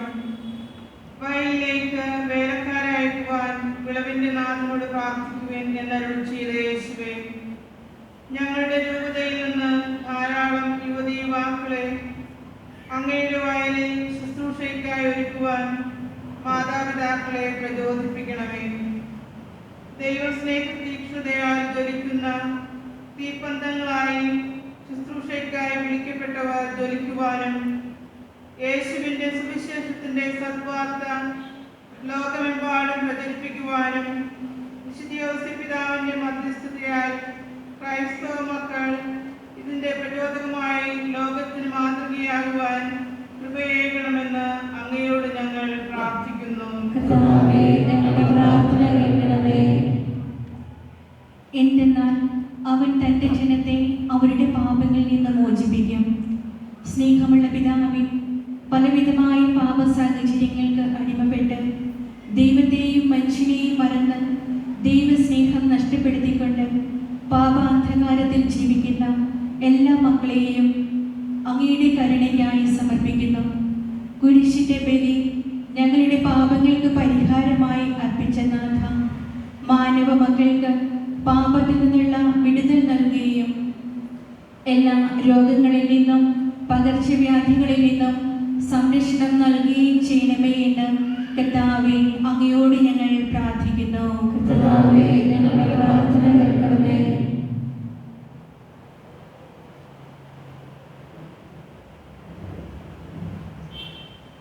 മരിച്ചവർക്ക് ജീവനും അസ്തിത്വം ഇല്ലാത്തവർക്ക് അസ്തിത്വം നൽകുന്നവനുമായ സർവശക്തനായ ദൈവമേ, മരണം മൂലം ഞങ്ങളിൽ നിന്ന് വേർപിരിഞ്ഞ ആത്മാക്കൾക്ക് നിത്യശാന്തി പ്രദാനം ചെയ്യണം. നന്മകർന്ന മധ്യസ്ഥനായ വിശുദ്ധ യോസേപ്പ് പിതാവിന്റെ മാധ്യസ്ഥം മരണാസന്നരായ ഞങ്ങളുടെ പ്രിയപ്പെട്ടവർക്ക് എപ്പോഴും നൽകുവാൻ ഇടവരുത്തണമെന്ന് അങ്ങയോട് ഞങ്ങൾ പ്രാർത്ഥിക്കുന്നു. പരിശുദ്ധ കന്യകമറിയത്തിന്റെ വിരക്തപതിയും മനുഷ്യരക്ഷകന്റെ വളർത്തുപിതാവുമായ ഭാഗ്യപ്പെട്ട യോസേപ്പേ, അങ്ങേക്ക് മഹത്വം. തിരുക്കുടുംബ പാലകനായ അവിടുത്തെ മാധ്യസ്ഥനായി ഈ മേഖലയിലെ ഓരോ ഭവനത്തെയും ഓരോ അംഗത്തെയും സമർപ്പിക്കും. കഷ്ടപ്പാടിൻ്റെയും രോഗത്തിൻ്റെയും വേദനയുടെയും സംശയങ്ങളുടെയും നടുവിൽ ഞങ്ങൾ നട്ടം തിരിയുമ്പോൾ അങ്ങേപോലെ ദൈവം മനസ്സിലാക്കി പ്രതികരിക്കാനുള്ള വരം അവിടുത്തെ സുതനിലൂടെ ഞങ്ങൾക്ക് നേടിത്തരുന്നു. എല്ലാവരുമായി ദൈവത്തെ സ്നേഹിക്കുന്നവരും വിനയാന്വിതരും നീതിബോധമുള്ളവരും അലസത പാടെ വിടുന്നു ആത്മാർത്ഥമായി അധ്വാനിക്കുന്നവരുമാക്കി ഞങ്ങളെ മാറ്റണം. തിരുക്കുടുംബത്തിൽ നിറഞ്ഞിരുന്ന സ്നേഹവും സമാധാനവും സ്വസ്ഥതയും പങ്കുവയ്ക്കും. ഞങ്ങളുടെ ഈ മേഖലയിലെ ഭവനങ്ങളിലും ഉറപ്പുവരുത്തുവാൻ അഭിവരങ്ങളാണ് ഞങ്ങളെ നിറക്കണം. ഞങ്ങൾ സമർപ്പിക്കുന്ന ഈ പ്രാർത്ഥന പരിശുദ്ധ കന്യകമറിയത്തിന്റെ പ്രത്യേക മധ്യസ്ഥം വഴി പരിശുദ്ധ ത്രിത്വയെ ദൈവത്തിൽ എത്തിക്കണമെന്ന് താഴ്മയോടെ അപേക്ഷിക്കുന്നു.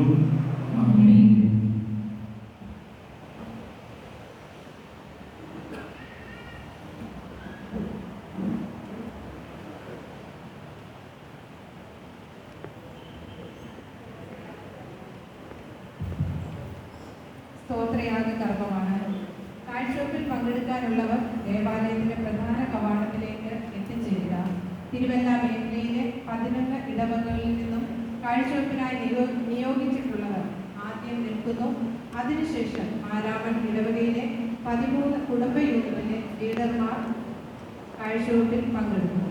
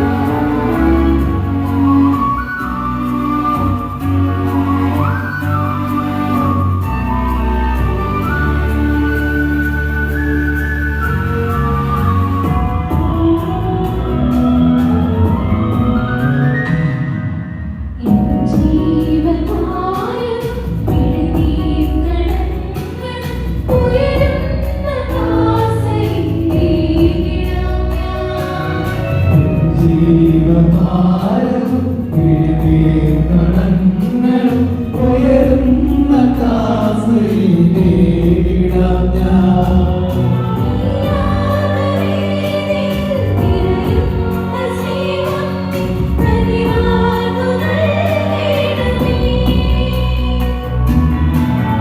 യാഗവേദിയിൽ നിറയുന്ന സ്നേഹം നീ കനിവാർന്നു നൽകണമേ.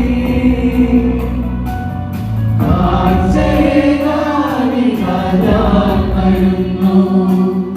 എൻ ജീവിതം ഇന്നു യാഗമേകാൻ അൾത്താരമുന്നിലായി ഇടുന്നു. എൻ ജീവനേ എൻ ജീവനാഥ, കാഴ്ചയേകാനി ഞാൻ വരുന്നു. എൻ ജീവിതം ഇന്നു യാഗമേകാൻ അൾത്താരമുന്നിലായി ഇടുന്നു. എൻ ജീവനേ എൻ ജീവനാഥ.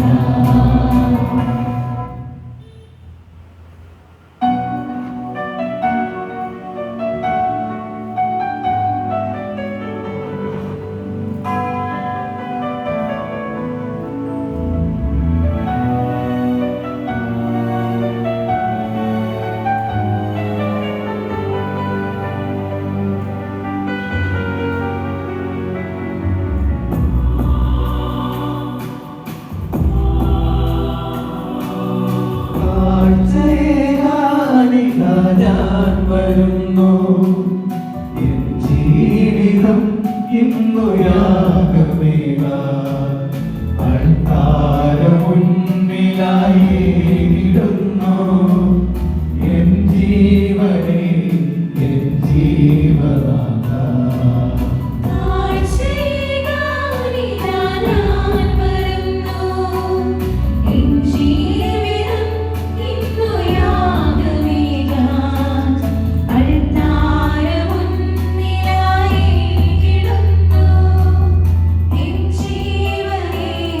എൻ ജീവനാഥ.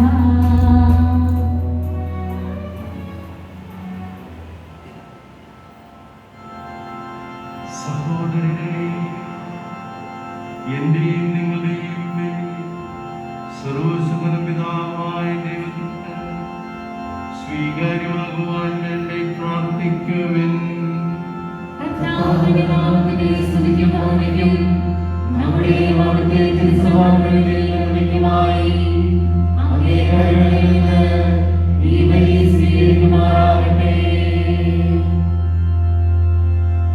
കർത്താവേ, പരിശുദ്ധ കന്യകമറിയത്തിൽ നിന്ന് പിറന്ന അങ്ങേ ജാതനെ ഭക്തിയാദരപൂർവം ശുശ്രൂഷിച്ച പോലെ നിർമ്മല ഹൃദയത്തോടെ അങ്ങേയാൽക്കാരെ ശുശ്രൂഷിക്കുവാൻ ഞങ്ങളെ മറുകരാകുന്നു ഞങ്ങൾ പ്രാർത്ഥിക്കുന്നു. ഞങ്ങളുടെ കർത്താവായ ക്രിസ്തു വഴി ഈ പ്രാർത്ഥന കേട്ടരുളണമേ.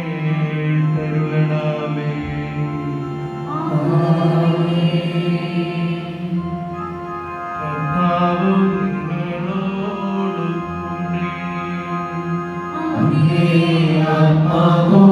കൂടെ. ഹൃദയങ്ങൾ ഉയർത്തുവിൻ. കർത്താവിലേക്ക് ഞങ്ങൾ ഉയർത്തിയിരിക്കുന്നു. നമ്മുടെ കർത്താവായ ദൈവത്തിന് നന്ദി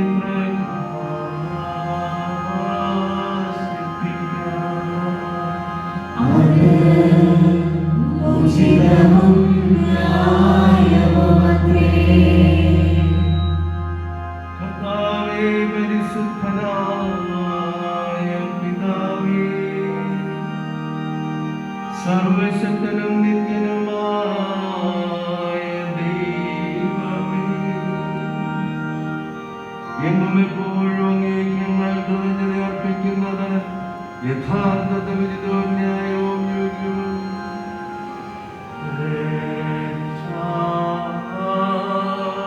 രക്ഷാകരവുമാകുന്നു.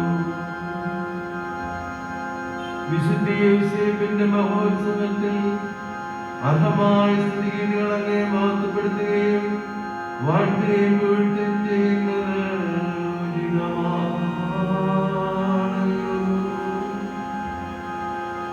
അങ്ങയുടെ പുത്രനും പരിശുദ്ധാത്മാവിന്റെ പ്രതിബിംബനത്താൽ ജാതനും ഞങ്ങളുടെ കർത്താവുമായ യേശുക്രിസ്തുവിന് പൈതൃകം നൽകാനായി കന്യകമാതാവിന്റെ ഭർത്താവായി നൽകിയ നീതിമാനായ വിശ്വസ്തനും വിവേകിമാനായി അങ്ങേ കുടുംബത്തിന്മേൽ അവരോധിക്കപ്പെട്ടു. അവിടുന്ന് വഴി മാലാഖമാർ അങ്ങേ മഹിമ വാഴ്ത്തുന്നു, അധീശന്മാർ ആരാധിക്കുന്നു, ആധികാരികന്മാർ ഭയഭക്തിയോടെ നിലകൊള്ളുന്നു. സ്വർഗവും ശക്തിയന്മാരും ധന്യരായ സ്വഭാവമാരും ഒരുമിച്ച് ആഹ്ലാദപൂർവ്വം വാഴ്ത്തിപ്പുകഴ്ത്തുന്നു. അവരുടെ സ്വരത്തോട് ഞങ്ങളുടെ സ്വരവും ചേർന്ന് അനുവദിക്കണമെന്ന് അപേക്ഷിച്ചുകൊണ്ട് എളിമയോടെ ഏറ്റുപറഞ്ഞ് അങ്ങയെ പ്രകീർത്തിക്കും.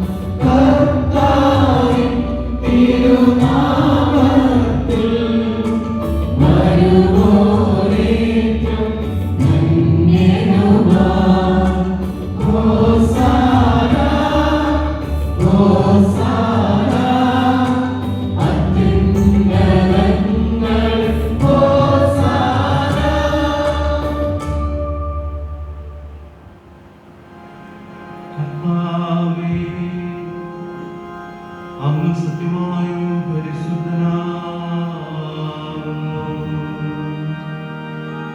അങ്ങ് സൃഷ്ടിച്ച സർവചരാചരങ്ങളും സമുചിതമായ അങ്ങയെ വാഴ്ത്തുന്നു.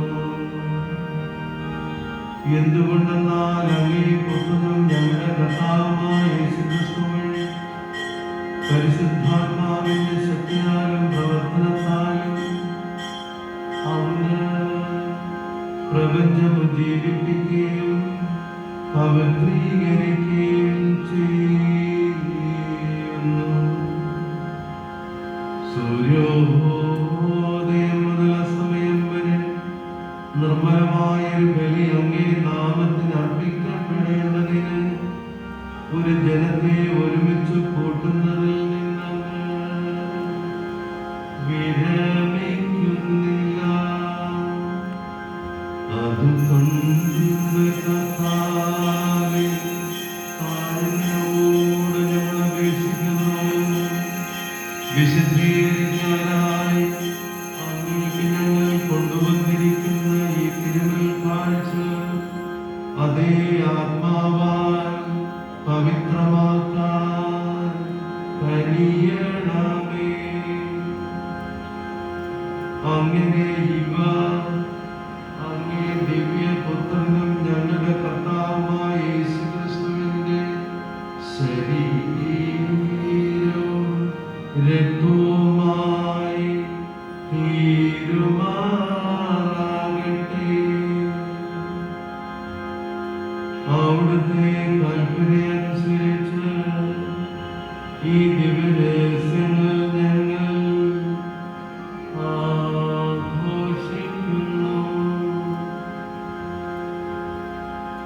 എന്തെന്നാൽ അവിടുന്ന് ഒറ്റ കൊടുക്കപ്പെട്ട രാത്രിയിൽ അപ്പമെടുത്ത് അങ്ങേക്ക് കൃതജ്ഞത പ്രകാശിപ്പിച്ചുകൊണ്ട് ആശീർവദിച്ച് മുറിച്ച് തന്റെ ശിഷ്യന്മാർക്ക് കൊടുത്തു കൊണ്ടരുൾ ചെയ്തു. എല്ലാവരും ഇതിൽ നിന്ന് വാങ്ങി ഭക്ഷിക്കുമെൻ. എന്തെന്നാൽ ഇത് നിങ്ങൾക്ക് വേണ്ടി അർപ്പിക്കാനിരിക്കുന്ന എന്റെ ശരീരം.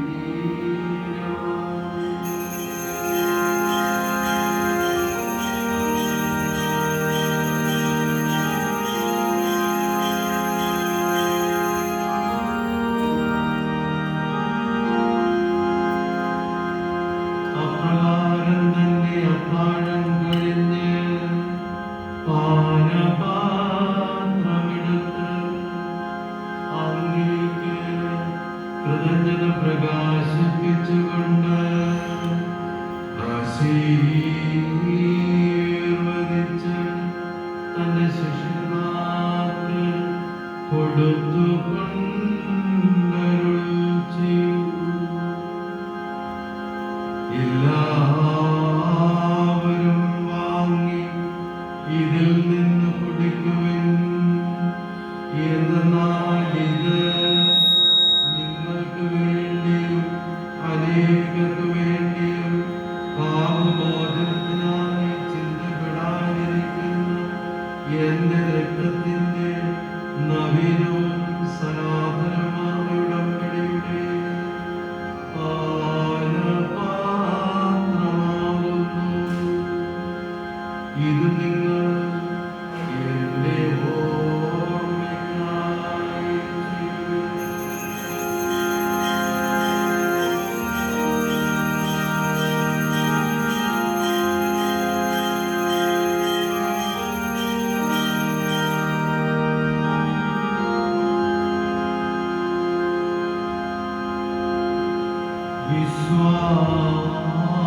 വിശ്വാസത്തിന്റെ രഹസ്യം.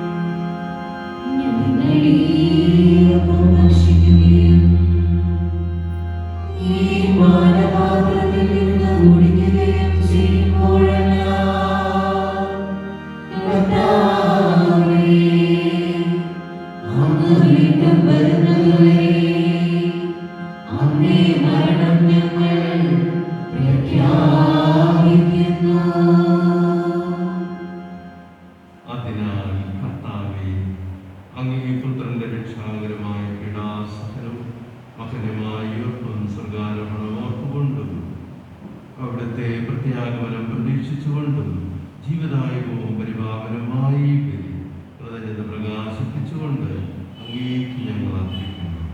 അങ്ങേ സഭയുടെ ഈ ബലി തൃക്കൺപാർന്ന് ഞങ്ങൾ പ്രാർത്ഥിക്കുന്നു. അവിടുത്തെ ബലിയിൽ പ്രസാദിക്കാൻ അങ്ങ് ആഗ്രഹിച്ച ബലിവസ്തു അംഗീകരിച്ച് അങ്ങേ തിരുക്കുമാരന്റെ ശരീരത്വങ്ങളാൽ പരിഭൂഷിതരായ അവിടുത്തെ പരിശുദ്ധാത്മാവാൽ പരിപൂരിതരായ ഞങ്ങൾ ക്രിസ്തുവിൽ ഒരു ശരീരം ഒരാത്മാവായി തീരാൻ അനുഗ്രഹിക്കണം.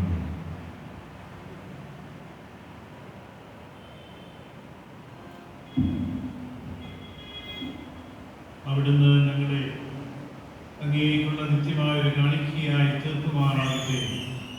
അങ്ങനെ അങ്ങേ തിരഞ്ഞെടുക്കപ്പെട്ടവരോടൊത്ത് അവകാശം ഞങ്ങൾക്ക് ലഭിക്കുവാൻ ഇടയാക്കണമേ. ശിഷ്യ ദൈവമാതാവിന്റെ പരിശുദ്ധ കന്യകാമറിയത്തോടും ആ കന്യയുടെ ഭർത്താവായ ഭാഗ്യയുടെ ഔസേപ്പിനോടും അനുഗ്രഹീതരായ പ്രസ്തോതന്മാരോടും മഹിമേറിയ രക്തസാക്ഷികളോടും എല്ലാ വിശുദ്ധരോടുമൊത്ത് അങ്ങേ സന്നിധിയിലുള്ളവരുടെ നിരന്തരമാന്തസ്ഥത്താൽ സഹായം കൈവരുമെന്ന് ഞങ്ങൾ പ്രത്യാശിക്കുന്നു.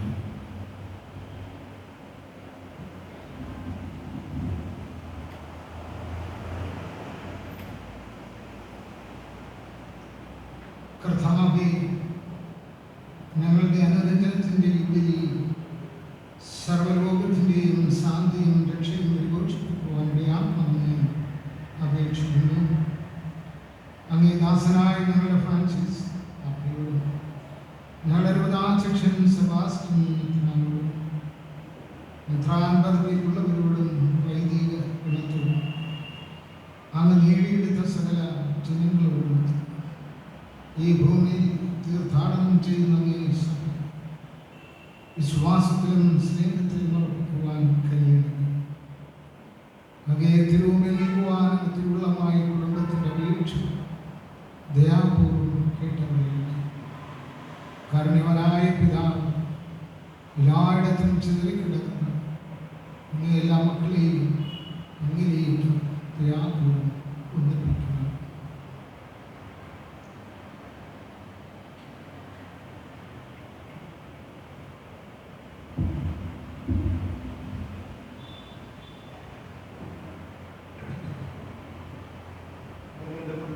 സഹോദരിയെയും അങ്ങേ പ്രീതിപ്പെടുത്തിക്കൊണ്ട് ഈ ലോകത്ത് നിന്ന് കടന്നുപോയ എല്ലാവരെയും അങ്ങേ രാജ്യത്തിൽ ദയാപൂർവ്വം പ്രവേശിപ്പിക്കണമേ.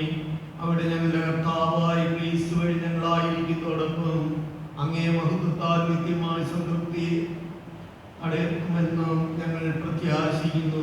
എന്നാൽ ഞങ്ങളുടെ കർത്താവായ ക്രിസ്തു വഴിയാണല്ലോ സകല നന്മകളും അങ്ങ് ലോകത്തിന്റെ മേൽ വർഷിക്കുന്നത്.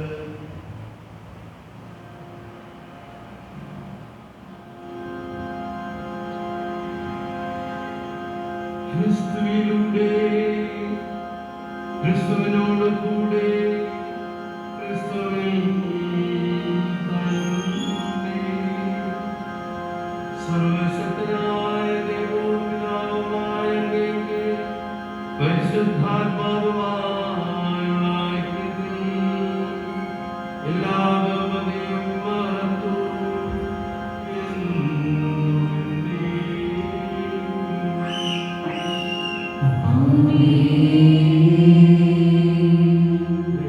രക്ഷാകരമായ കൽപ്പനകളാൽ ഉദ്ബോധിതരായി ദിവ്യോപദേശത്താൽ രൂപകൽപ്പതരായും നിർഭയം നമുക്ക്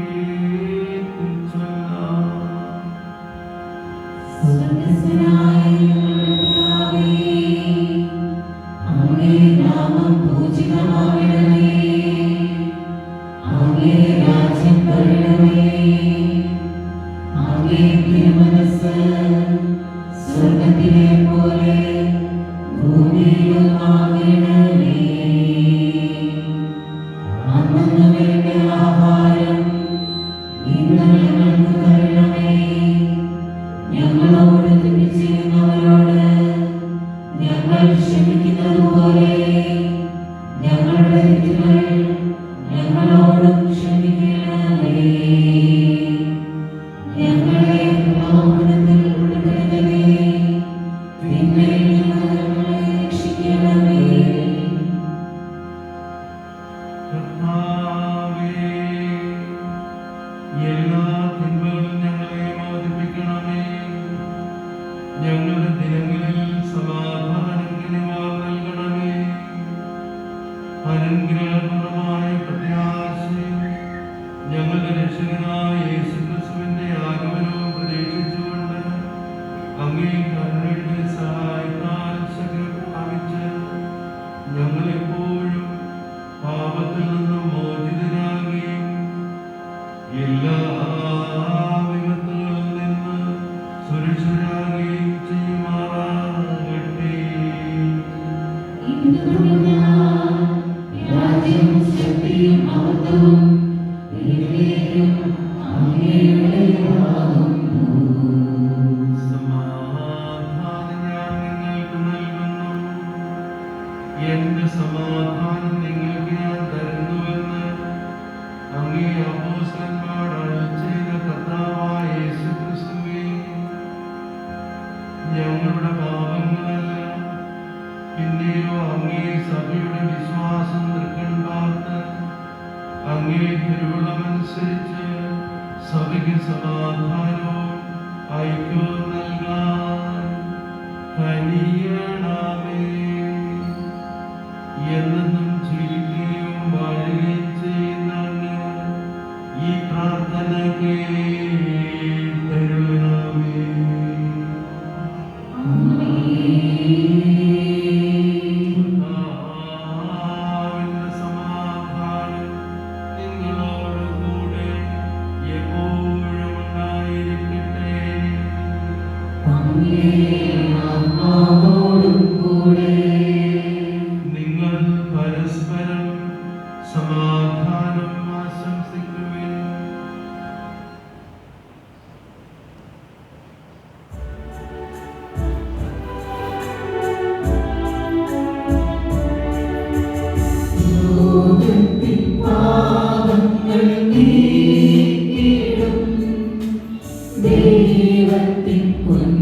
കുഞ്ഞാടേ ഞങ്ങളെ തനിയണമേ ലോകത്തിൻ പാപങ്ങൾ നീക്കിടും ദൈവത്തിൻ കുഞ്ഞാടേ ഞങ്ങളെ തനിയണമേ ലോകത്തിൻ പാപങ്ങൾ നീക്കിടും ദൈവത്തിൻ കുഞ്ഞാടേ ഞങ്ങൾക്കു ശാന്തി നൽകണമേ.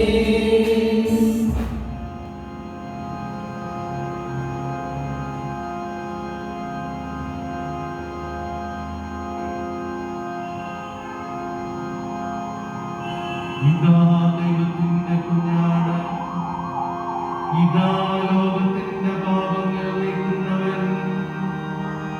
കുഞ്ഞാടിന്റെ വിരുന്നിന് ക്ഷണിക്കപ്പെട്ടിരിക്കുന്നവർ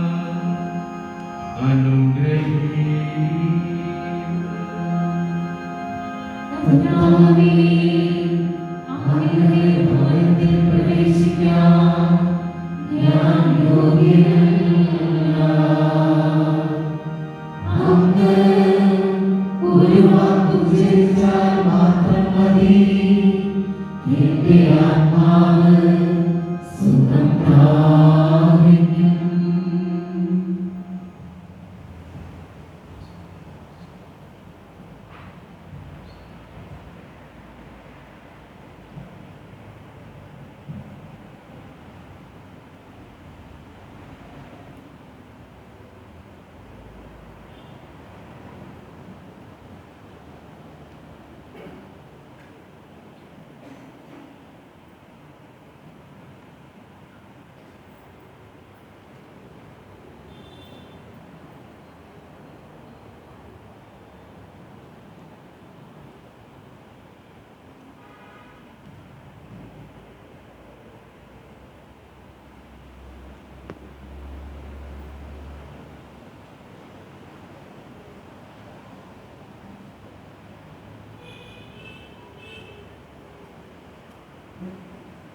ദിവ്യകാരുണ്യ സ്വീകരണ സമയമാണ്.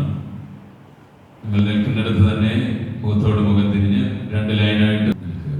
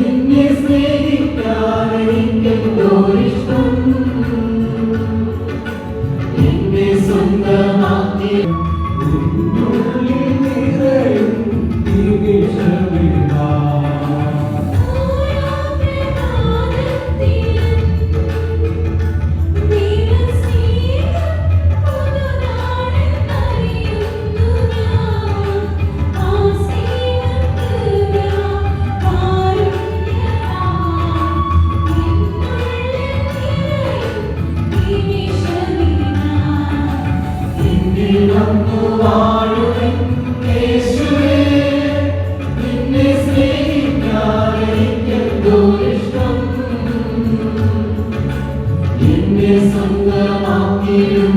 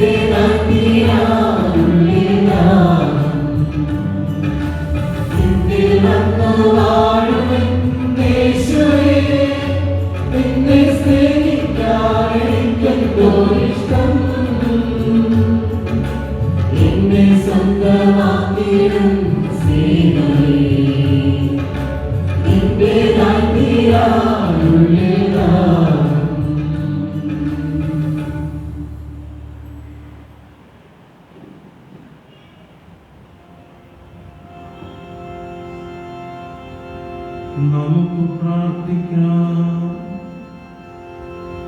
കർത്താവേ,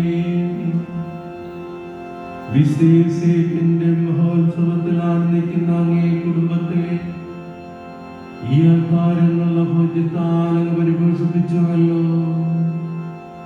നിരന്തര സംരക്ഷണത്താൽ അങ്ങേ കുടുംബത്തെ പരീക്ഷിക്കുകയും അങ്ങേ ദാനങ്ങൾ കുടുംബത്തിൽ കാരുണ്യപൂർവ്വം കാത്തുപാലിക്കുകയും ചെയ്യണം ഞങ്ങൾ പ്രാർത്ഥിക്കുന്നു. ഞങ്ങളുടെ കർത്താവായ ക്രിസ്തു വഴി ഈ പ്രാർത്ഥന കേട്ടരുളണമേ.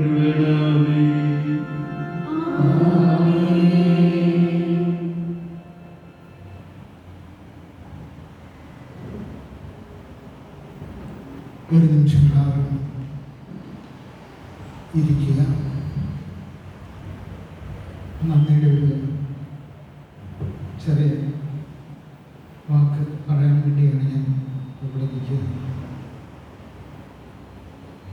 ഏതാണ്ട് പരിശുദ്ധ പിതാവ് പ്രഖ്യാപിച്ച യൗസേ പിതാവിൻ്റെ വർഷം ഡിസംബർ ടു ഡിസംബർ വരെ നീണ്ടു നിൽക്കുന്ന ഈ വർഷാചരണം വളരെ മനോഹരമായ രീതിയിൽ നമ്മളെല്ലാം അതിൻ്റെതായ ഗൗരവത്തിൽ തന്നെ എടുക്കുകയും വർഷാചരണം നടത്തുകയെല്ലാം ചെയ്തു. റോമിൽ വച്ച് പ്രഖ്യാപനം ചെയ്ത ഈ വർഷാചരണം പിന്നീട് തുടർന്ന് നമ്മുടെ രൂപതയിലും ഇടവകയിലും അതുപോലെ തന്നെ നമ്മുടെ സോണിലുള്ള ജനങ്ങളും എല്ലാം ചേർന്ന് നടത്തിയതിൻ്റെ ഏതാണ്ട് ഒരു സമാപനമാണ് ഇതിൻ്റെ. അതിനുവേണ്ടി അധ്വാനിച്ച ഒത്തിരിയേറെ ആളുകളുണ്ട്. എല്ലാവരുടെയും പേര് എടുത്തു പറയുക എന്ന് പറയുന്നത് അതൊരു സാഹചര്യമാണ്. അതുകൊണ്ട് പൊതുവിൽ എല്ലാവരെയും ഓർക്കുകയാണ്, എല്ലാവർക്കും വേണ്ടി പ്രാർത്ഥിക്കുകയാണ്.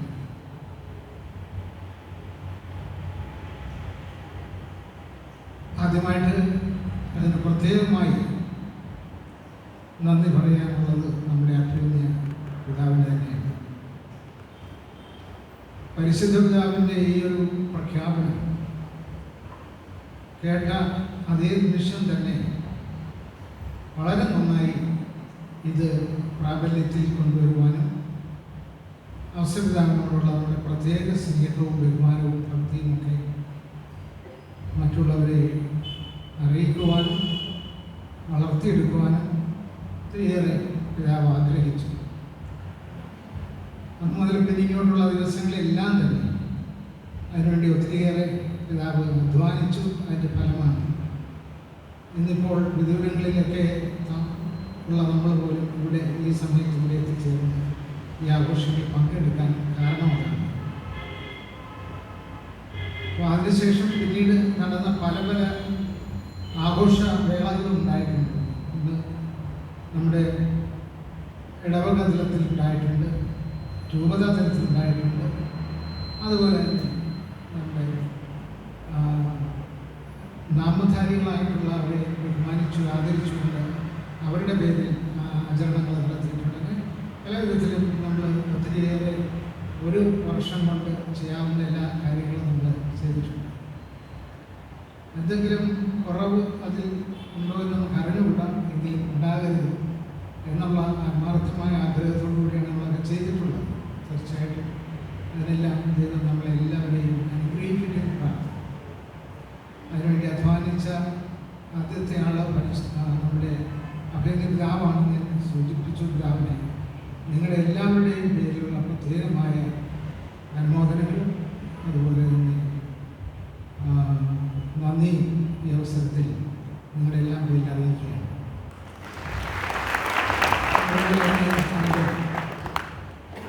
ഇന്ന് നടന്ന ഈ ഒരു ചടങ്ങിൽ ഏറ്റവും കൂടുതലായിട്ട് ഓർക്കേണ്ടത് ജോഷിച്ചിന് തന്നെയാണ്. കാരണം ഏത് പള്ളിയിലാണ് നടക്കേണ്ടത് എന്ന് ആലോചിച്ചപ്പോൾ അതിന് പറ്റിയ ഇടവക ഇത് തന്നെയാണ്. സെൻറ്റ് ജോസഫിൻ്റെ പേരിലുള്ള ഇടവകയും അതുപോലെ തന്നെ തിരുവല്ല സ്വാമിയിലെ ഒരു പഴക്കമുള്ള ഇടവകയും ഒക്കെ ആയിട്ട് ഉള്ള ഇതുവരെയും പ്രത്യേകമായിട്ട് ഇതുമായി ബന്ധപ്പെട്ട ആഘോഷങ്ങളൊന്നും നടത്തിയിട്ടില്ലാത്തൊരു ഇടവക യഥാർത്ഥത്തിൽ തിരഞ്ഞെടുക്കപ്പെട്ട ഇടവക ഇതാണ്. അപ്പോൾ ആ രീതിയിൽ വളരെ നല്ല രീതിയിൽ ഇവിടെ നടത്തുവാനായിട്ട് ഘോഷിച്ചാൽ ഒത്തിരി താല്പര്യമെടുത്തു. അതിനുവേണ്ട എല്ലാ അധ്വാനങ്ങളും അദ്ദേഹം ചെയ്തു. അച്ഛനെ നിങ്ങളുടെ എല്ലാവരുടെയും പേരിലുള്ള പ്രത്യേകമായിട്ടുള്ള നന്ദിയും കൃതജ്ഞതയും അറിയിക്കുകയാണ്. അതുപോലെ തന്നെ അച്ഛനോട് കൂടി പ്രവർത്തിച്ചവരാണ് ഈ ഇടവകയിലുള്ള എല്ലാ കമ്മിറ്റി അംഗങ്ങളും എല്ലാ ജനങ്ങളും. അവർക്കെല്ലാം പ്രത്യേകം നന്ദി നിങ്ങളുടെ എല്ലാം പേരിൽ അറിയിക്കുന്നു. അതോടൊപ്പം തന്നെ നമ്മുടെ തിരുവല്ല സോണിലുള്ള മറ്റ് 11 ഇടവകൾ മിക്കവാറും എല്ലാവരും തന്നെ ഇന്ന് എത്തിച്ചേർന്നിട്ടുണ്ട്. ഒത്തിരിയേറെ അവരെല്ലാം അധ്വാനിച്ചിട്ടുണ്ട്. തീർച്ചയായിട്ടും അവർക്ക് ഹൃദയത്തിൻ്റെ ഉള്ളിൽ നിന്നുള്ള നന്ദി അറിയിക്കേണ്ടതാണ്.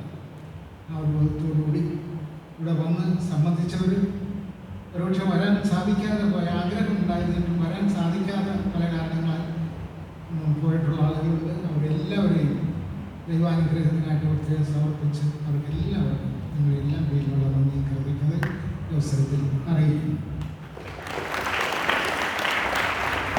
നമ്മുടെ ഇന്നത്തെ കൊയർ നമ്മുടെ ഈ സോണിലുള്ള തിരുവല്ല സോണിലുള്ള കുട്ടികളെ ഘോഷിച്ചാൽ പ്രത്യേകമായിട്ട് തിരഞ്ഞെടുത്ത് അവർക്ക് പരിശീലനം കൊടുത്തുകൊണ്ടുള്ള വേറായാലും വളരെ മനോഹരമായിരുന്നു. കുട്ടികളുടെ വളരെ നല്ല ഗാനാലാപനം നമ്മുടെ ഇന്നത്തെ തിരുക്കർമ്മങ്ങൾ കൂടുതൽ മോടി പിടിപ്പിച്ചു. തീർച്ചയായിട്ടും അവിടെ എല്ലാവരെയും അവരുടെ മാതാപിതാക്കന്മാരെയും പ്രത്യേകമായിട്ട് കൊടുക്കുന്നു. അവർക്കെല്ലാവരും നിങ്ങളുടെ എല്ലാം പേരിലുള്ള നന്ദിയും കൃതജ്ഞതയും അർപ്പിക്കുന്ന ദിവസം.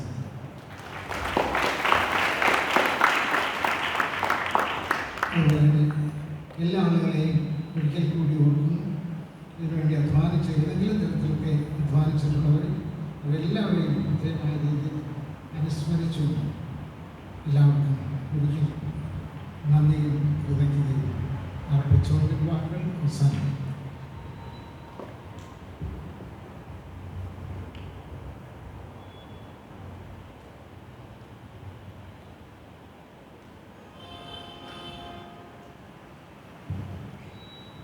നമുക്കെല്ലാവർക്കും എഴുന്നേറ്റ് നിന്ന് അവസരത്തിലാണുള്ള പ്രാർത്ഥന ചൊല്ലി വ്യക്തികളാണെങ്കിൽ രക്ഷകനായ ഈശോ മിശിഹായുടെ സംരക്ഷക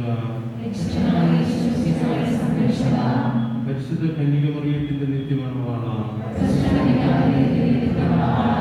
അങ്ങേക്ക് സ്തുതി. ദൈവം തന്റെ പുത്രനെ അങ്ങയെ ഫലമേൽപ്പിക്കുകയും പരിശുദ്ധ മറിയം അവിടുത്തെ സ്നേഹത്തിൽ സംരക്ഷണം അനുഭവിക്കുകയും ഈശോ അങ്ങയോടൊപ്പം മനുഷ്യനായി വളരുകയും ചെയ്തുവല്ലോ. ഭാഗ്യപ്പെട്ട വിശേഷത്തെ ഞങ്ങൾക്കും അങ്ങ് പിതാവായിരിക്കണമേ. ഞങ്ങളെ ജീവന്റെ പാതയിലൂടെ വഴി നടത്തണമേ. ഞങ്ങൾക്ക് കൃപയും കാരുണ്യവും ധൈര്യവും വാങ്ങിത്തരണമേ. ഞങ്ങളെ എല്ലാ തിന്മകളിൽ നിന്നും കാത്തുരക്ഷിക്കുകയും ചെയ്യണമേ. ആമേൻ.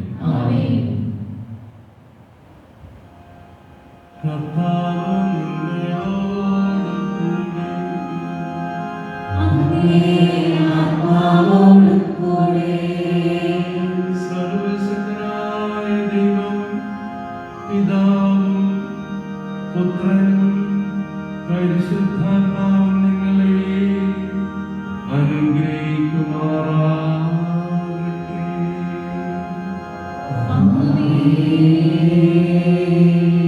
പോകുവിൻ, ദിവ്യപൂജ